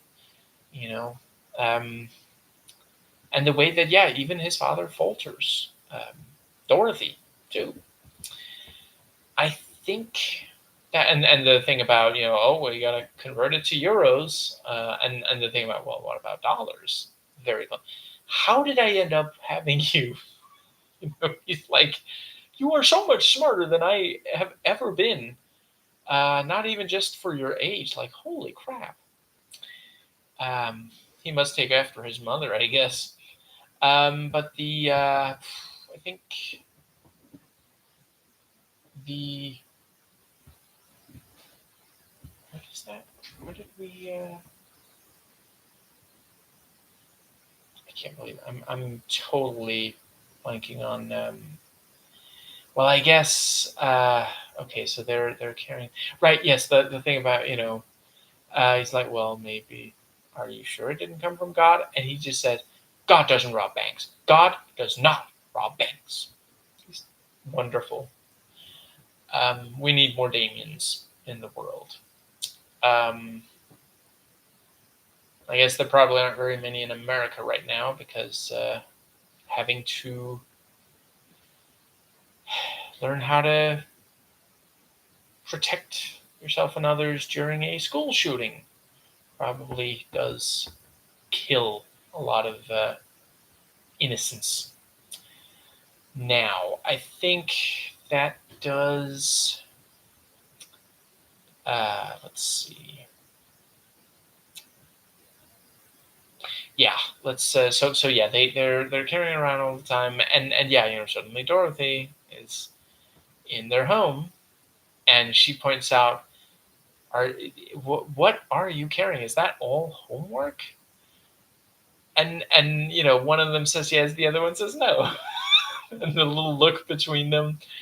And then she asks another yes no question, and again one of them says, now it's the other, it's swapped, who says yes and who says no. And it's this thing of like, well, technically, I guess in a manner of speaking, it's homework because technically it's it's our costumes for the nativity play, um, which okay, yeah, that does sort of fit. Like Ant really does like top marks on being able to lie really really quickly, very effectively, getting them out of trouble, as much as he can. Um, but yeah, and the thing about we can't show you because it's private property, it's school property. You'll see it at the at the play. You want me as your nativity play, your school play? I mean, I can come. And later, Andy's like, I can't believe this, and Damon's like, you're the one who invited her. Which, he's entitled. Like everyone gets a mulligan. That was not the best way to get out of that, especially if he doesn't want her there. And the little thing about I'm cooking tonight, so you'll have a decent meal for once. Hey, I'm a great chef, aren't I? They really nail him being like adorkable and trying to be like sometimes cool dad and fun dad, but also be he has to raise them. He has to be serious sometimes. But yeah, that was also he's like, okay, so this frozen food is what we'll eat tonight, and he even he times it to a TV show countdown. So I guess hypothetically there could have been a clip of Jimmy Carr in this movie. Nobody's perfect. But I think that does bring us. Wasn't he? 2004? I think so. Anyway, but let's see. Yeah, and he won't be home until the food has been thoroughly cooked. Um, yeah, chores and trying to make it work, and also okay, setting it to countdown does make sense because I can imagine they probably watch countdown religiously. I think that brings us to so yeah, the thing about um, I think the next thing might be the nativity play actually.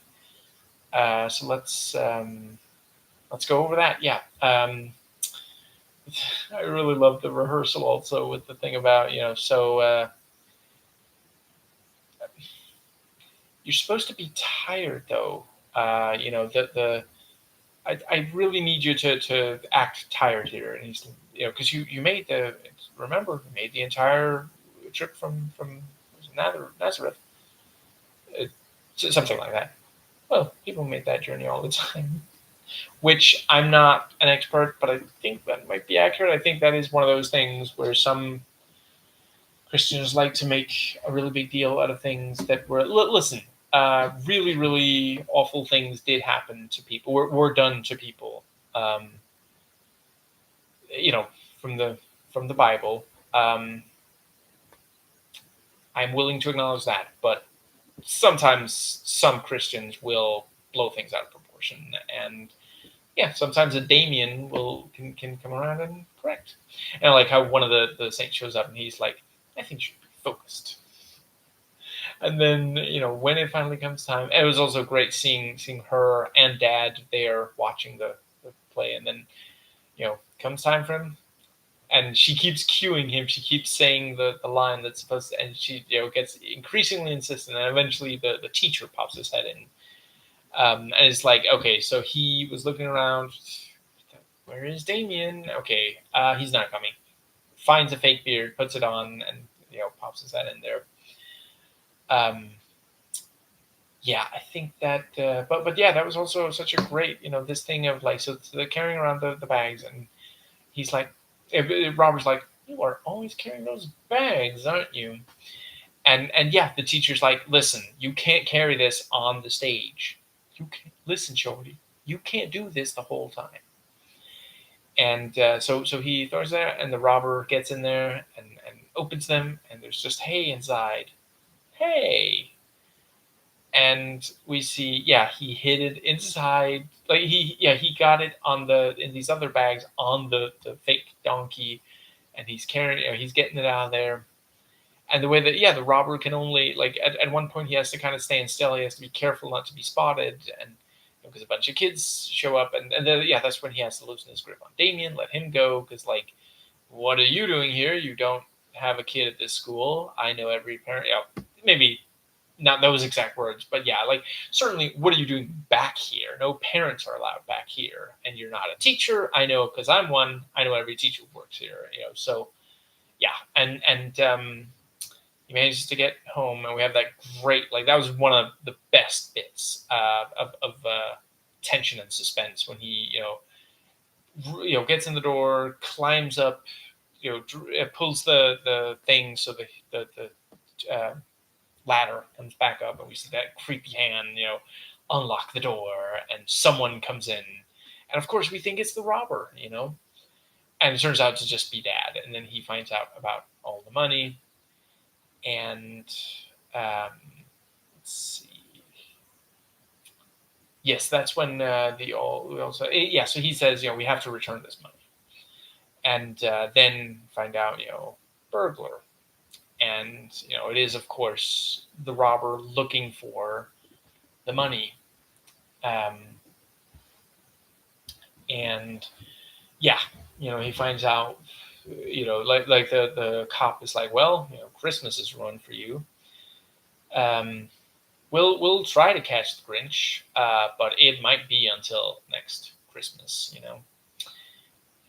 And yeah, the he the dad says, like, why should we give it back? Listen, I worked so hard to put a roof over your heads. Now it was broken into.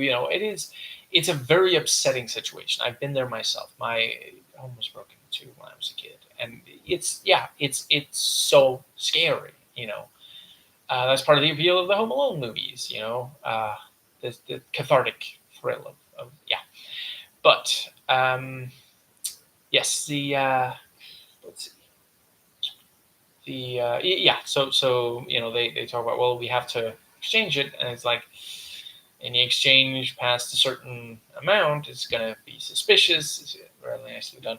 I also Danny Boyle, I think it's the commentary track explains. So the idea behind I don't know, maybe it's self-explanatory, but the every so often it'll cut to this like ad that says, okay, there's so many, 12 days left, 3 days left, which works well as a ticking clock. They have to get the money, and then when they go to the bank, there's so many people there because everybody decided to do it at the last minute, kind of thing.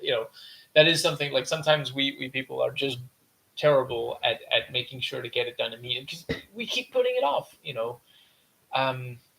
And it's one of those things, like, you gotta be careful. Like, don't put off until tomorrow the procrastination that you could be doing today. But let's see. Every so often it cuts to old guy next to woman, and Danny Boyle said he felt like there's probably old guys or boomers. Let's go with that. Are gonna want to, just to be told, listen, your money's still gonna be good. You just gotta exchange it. That's all. Women will still be pretty. He points out it's a silly thing, but sometimes people respond well to it. So, it works as a joke. It's like, it's funny because it's so ridiculous. It's like, why is okay? So I guess the Christmas thing is because of there's a Christmas theme to those segments. I guess that's because that's what time of year it is. But like, why is there this conventionally attractive woman? And yeah, it's so silly. But a number of people, you know, yeah, some people respond really well to it. So yeah, I think does that bring us to the yeah. So they go and they talk about, okay, so what was it, like $5,000 per place, which, like, okay, so that's over 40 banks they have to go to, I guess, if it's still, because it's over 200 grand. Yeah, that's holy crap. And at first it's like, well, this is taking too long, and this thing of like, Damien goes up, and she said, okay, you just stay out here. And he comes in, I need a wee. I'm sorry, can he use your loo? I don't think so. Well, I mean, you must have one. Where do you go? Okay, fine. I'll process your. I'll convert the money you gave. And then she, yeah. Afterwards, she goes out and she's like, okay, listen. I'm sorry. You're gonna have to go behind the bin. He's like, I don't actually have to go. Um, maybe sometimes a white lie can be, acceptable. And she also is like, you little rascal or something like that. I don't think that's the exact word she uses, but something along those lines. Yeah. So she the thing about, let's exchange it into dollars. And let's see, I think that does pretty well. Yeah. We have the bit where he gets the robber goes into the house thinking, okay, this is how I'm gonna get the money, and then the cop, the one who keeps handing out cards and such, like, who are you again? And then the other cop walks in and is like, okay, there's no way that he's gonna get past both of them, So yeah, he gets arrested, of course, and yeah, there's enough evidence, and Damien and Ant can well, especially Damien can give witness testimony. I also really love how magical the cell phone is. I gotta say, did they actually have working cell phone cameras that could like show live video and everything of what you were filming? I don't, or yeah, in 2004. Okay. I don't know. That might be one of the magical realism elements. But yeah, I think I love the bit where the like signal goes up in the air and then moves a tiny bit over to the other phone. And think about, I can see you. Can you see me? Yeah, I can see you. I meant on the phone. Well, yeah, but not as well, because he's not thinking about the fact that no, but this means you can see each other when you're very far apart, though. This is for when you're not right next to each other. And that is also very much something a couple of children would think of, like why are you bothering to call each other when you're right next to each other? I don't know, maybe to test, but it's yeah. I think does that I feel like there's something missing. But yeah, really clever the whole thing about the robber telling him, you're gonna give me the money, and then you don't have to worry about me anymore. I think they do a really great job because like they do enough. Like the sounds and visuals of him are significantly threatened that and sufficiently that we don't really need, because he never like says, if you don't do this, I will do this to you or your family. But it's just like we don't like him. We want him away. We want him to stop. Just from the like, it's the kind of thing. He almost functions as like a monster, a creature.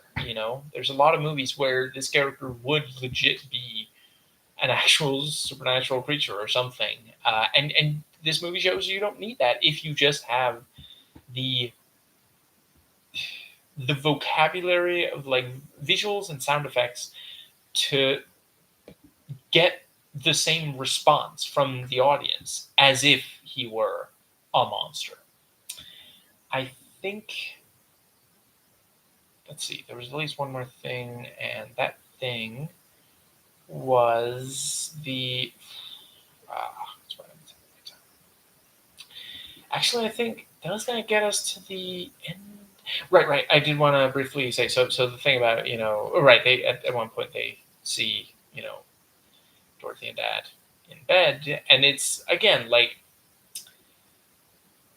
once you're 12, like it doesn't show the actual act. It's after, like adults know exactly what happened. 12-year-olds might, depending on how much.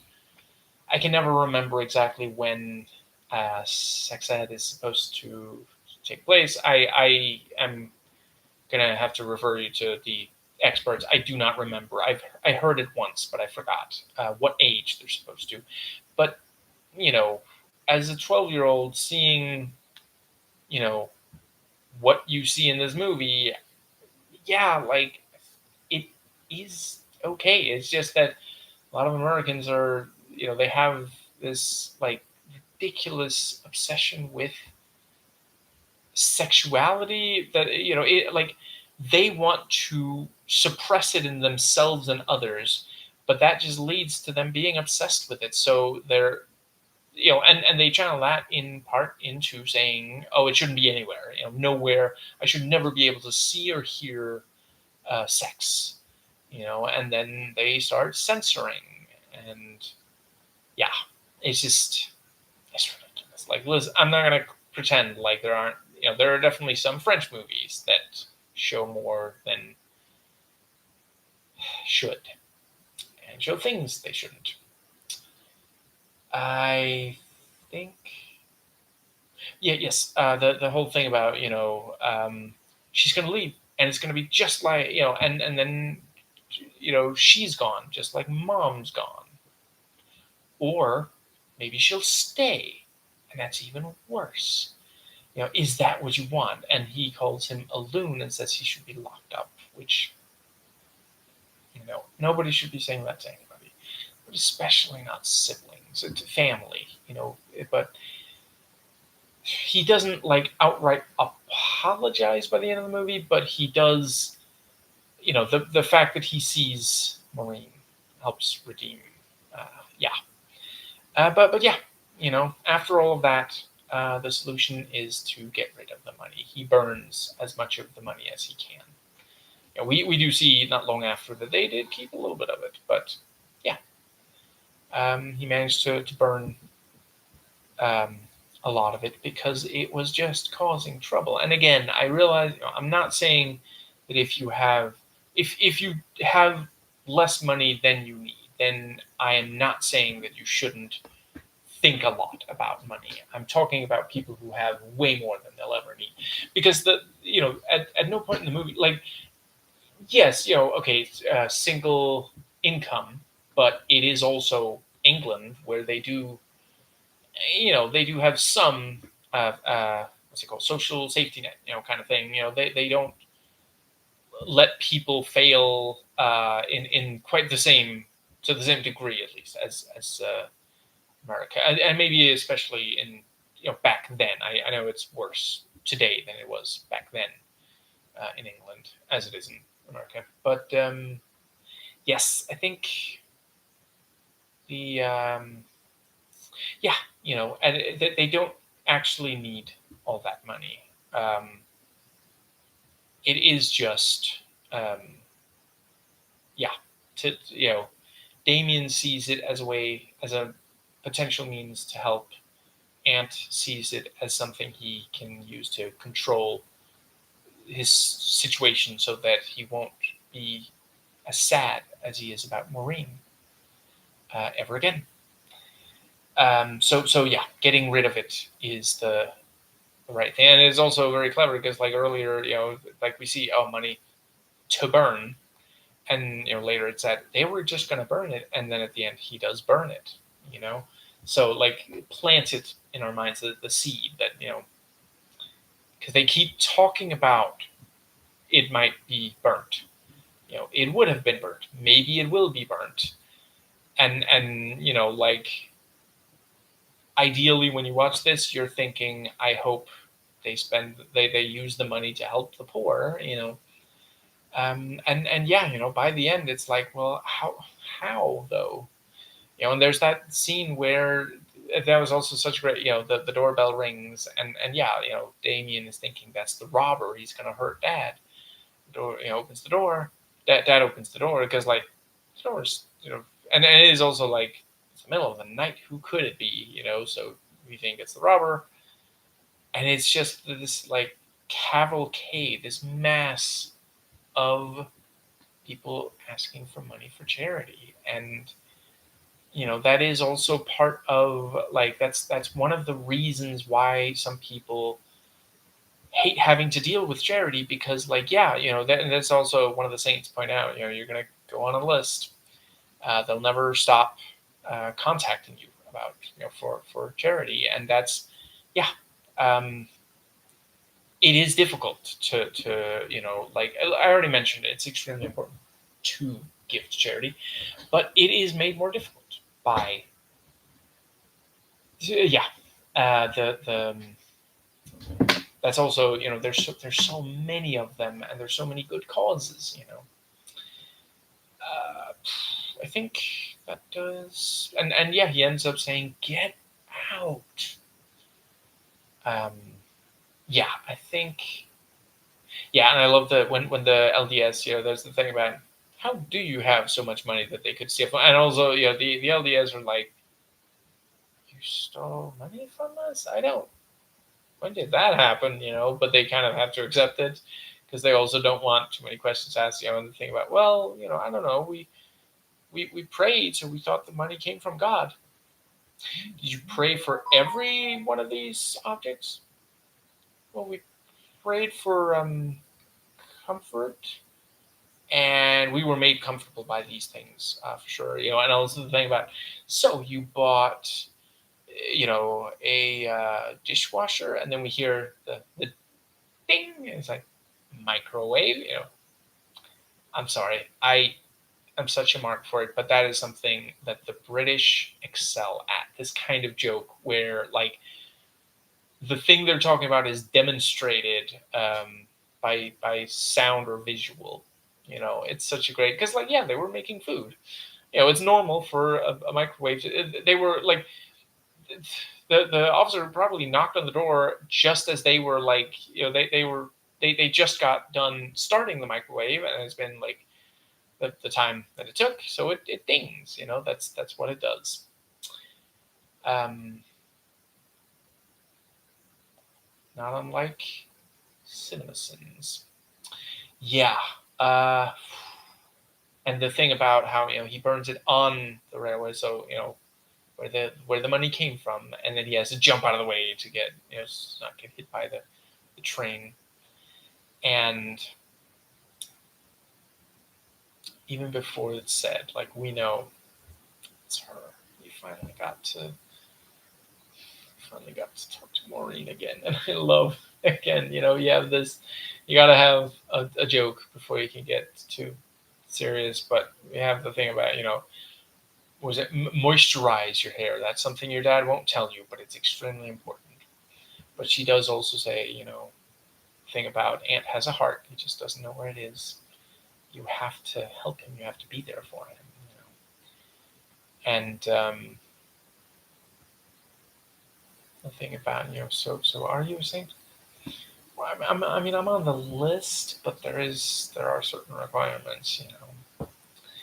And we see, Ant standing up there, and I love the way that visually, because, like, it's just enough. Like, we're sitting there thinking, please let him have seen it, because earlier he was like, I don't see things, and it's like, he's growing up a little too fast. Like, listen, at 10 years old, it's okay to have an imagination. Like, I'm of the opinion, and this is something I have to admit, I used to not fully realize, but I want to say it's Savvy Writes Books, right here on YouTube, who helped open my mind to it through her videos. We should never stop playing. Like, obviously, once you're an adult, you have responsibilities, and we're not saying to not do the things you have to do, but if at all possible, try to make some time. And I realize that is easier said than done for a lot of people who have, if you work a lot of hours very hard.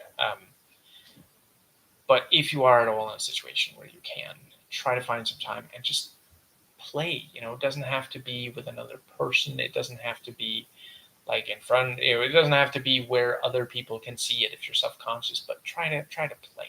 Try to not let imagination die, because, like, we should use it our whole lives. My maternal grandfather never stopped playing. Whenever we kids came over, well, back when I was a kid, obviously, he would say or do something really funny to make us laugh. Even, like, very far into his old age. Yeah. I have a lot of fond memories of that. Yeah. It was. I remember when I was a kid, if I read a really, really funny joke, he was one of the adults where you could tell him a joke and he would laugh, instead of saying, that's, yeah, be serious. You're getting old enough to be more serious, kind of thing. So, yeah, I think he had it absolutely right. But yeah, we sit there hoping that Ant sees it now, and yeah, when after some quick cutting and such, Damien talks to him, and the thing, I'm just gonna say goodbye, and hug. It's just so sweet. And it is, again, that they, like, an 8-year-old, he's just like because mom, you think at that age, mom's always going to be there. So you feel like you can just, yeah, mom will be there when you get back. You don't have to say goodbye. And, a lot of times it is the parent who will say, come on now, say goodbye before you leave. Um, yeah. And, Damien says, you saw her. You saw her, didn't you? And Aunt admits, yes. And just this, yeah, this little moment that they share, just so sweet. Let's see. Yeah, I think that brings us to the so yeah. I thought they did a really great job. I love that the narration, like a bunch of other movies, the narration is only at the very start and the very end. I really thought that worked because there's a bunch of other places where there could have been narration, but it would have just gotten in the way. At the start, you have the thing about okay, so money is changing, and he says, people care so much about things, but things change, and that's true, and that's something that we have to get better at acknowledging. We shouldn't put so much stock in things. But yeah, and I like that. He knows what it. What was it? Au revoir to the Frank, auf Wiedersehen to the. I forget what it's called. Deutschmark, and the Portuguese said, whatever to their thing. And the thing about goodbye pounds. Everyone says we'll miss you. Because like he can't quite bring himself to claim we will miss you because like I'm not part of that. Everybody else says that we're gonna miss the money, and it is again like what? Why would we miss? It's an abstract concept. Like we made up money. It's how are you emotionally attached to something like that? And yeah. Then they're at the end. They put the cards, I mean money, on the table, and he mentions the was it like dad wanted credit card debt canceled or paid off. I'm afraid I forget what Dorothy wanted, and I actually don't remember what was Damien wanted, but yeah, and we have like a massive list of stuff that um yeah what's his name again? Ant wanted. Um, Multiple gaming consoles, and I love how the specificity. It's not just a Game Boy; it's a Game Boy Color. There was some another word or two about just that one, and he wants like multiple bikes and all this like extravagant stuff that he's not gonna need, but just like to show off. Um, and he says that's Ant would say we should end the story on the money, but it's not his story, it's mine. And so they all get into the fort he made out of boxes, cardboard, and they all enjoy the shake from the train car passing by, and then they launch into the air and land safely in Ethiopia and just enjoy like just the wonder of people who finally have the thing that like literally we need, like Maslow's pyramid of needs. It's yeah, um, it's so wonderful to see them so happy and just like playing, you know, um, and yeah, it's like earlier we had that group of saints who were rebuilding the fort, praying for rain. And now we see some getting a well. Um, yeah, just I really think it absolutely nails yeah, it's so nice. I think maybe at this point I have said everything. I guess I'll yeah. I think it's an absolutely perfect ending. It's the exact right way to end the movie, and it does it's just because like we just had the bittersweet, um, seeing Maureen like one last time, saying goodbye to her, and now we have the joy, and it manages this contrast without us getting tonal whiplash, because these scenes are very close to each other. There's not very much time between them, but there's just enough that we can accept. One last flight for Anthony with yeah, and now they're all, because like for so much of the movie, Damon is essentially alone. So all he has are these, yeah, with seeing the saints, and then here at the end he doesn't really need to anymore.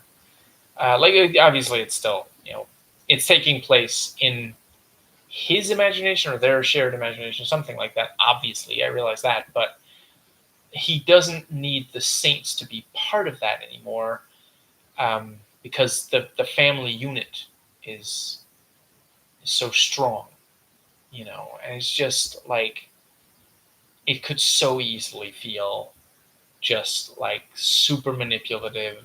And yeah, I am genuinely amazed that it manages to not slip into that. Yeah. um I feel like I've said, oh right, I yes, I like the thing about,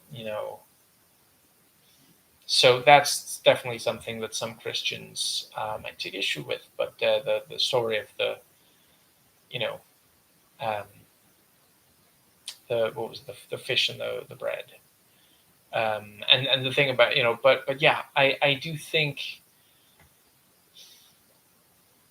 a story like that has value if you can glean some meaning from it. And I'm sorry, but listen, I think some of the things Jesus said were absolutely amazing. I love the progressive things he said. But there's so many conservative Christians who obsess over, oh, but he did miracles though. Yeah, but he said things, and that's perhaps more important, because like if you're just obsessing over, oh, this like one individual did some amazing things, and if we pray to him and like say his name and say we're Christian, then we're good because we're doing those things. No, you're not doing good. Good is the thing you do. It's you aren't good just by believing in a certain thing if your actions don't reflect the, so yeah, I really love. I'm not sure it originated here, because I certainly have heard this version of the story elsewhere. I'm not sure if that was only after this movie. It possible originated here. I'm not saying either, definitive either way. But the idea that it's actually a story about, a bunch of people who technically did have at least a little bit of food, but they didn't want to share with others. So, they pretended to eat, and it ended up looking like miraculously there was food enough for everyone, because it is a fact that a lot of people only look after, what was he says, looking out for number one. I forget, was that, I think that might have been St. Peter, who was giving this, and yeah, pointing out, so if you want to do good, don't put your own wants over other people's needs, because there's a difference. You can want something without actually needing it. Like you'd be okay without it, you know. Um, maybe I should illustrate with an example. Like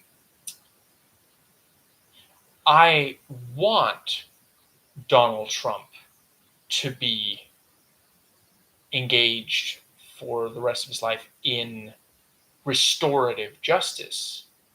But we all need to do every nonviolent political action that we can to make sure that he's removed from office. And we also got to try to limit J.D. Vance's influence after that. But I think, if Trump were to leave, that, like, he's the one that whoever's left of MAGA is still obsessed with, despite his laundry list of failures. That's another thing. There's a Christian, there's a proverb from a Christian. I think it is from the Bible, in fact, about, because like Republicans will forgive in Trump so much more than, like, they'll reject leftists over basically nothing, and then like make excuses for Trump, who's doing like infinitely worse.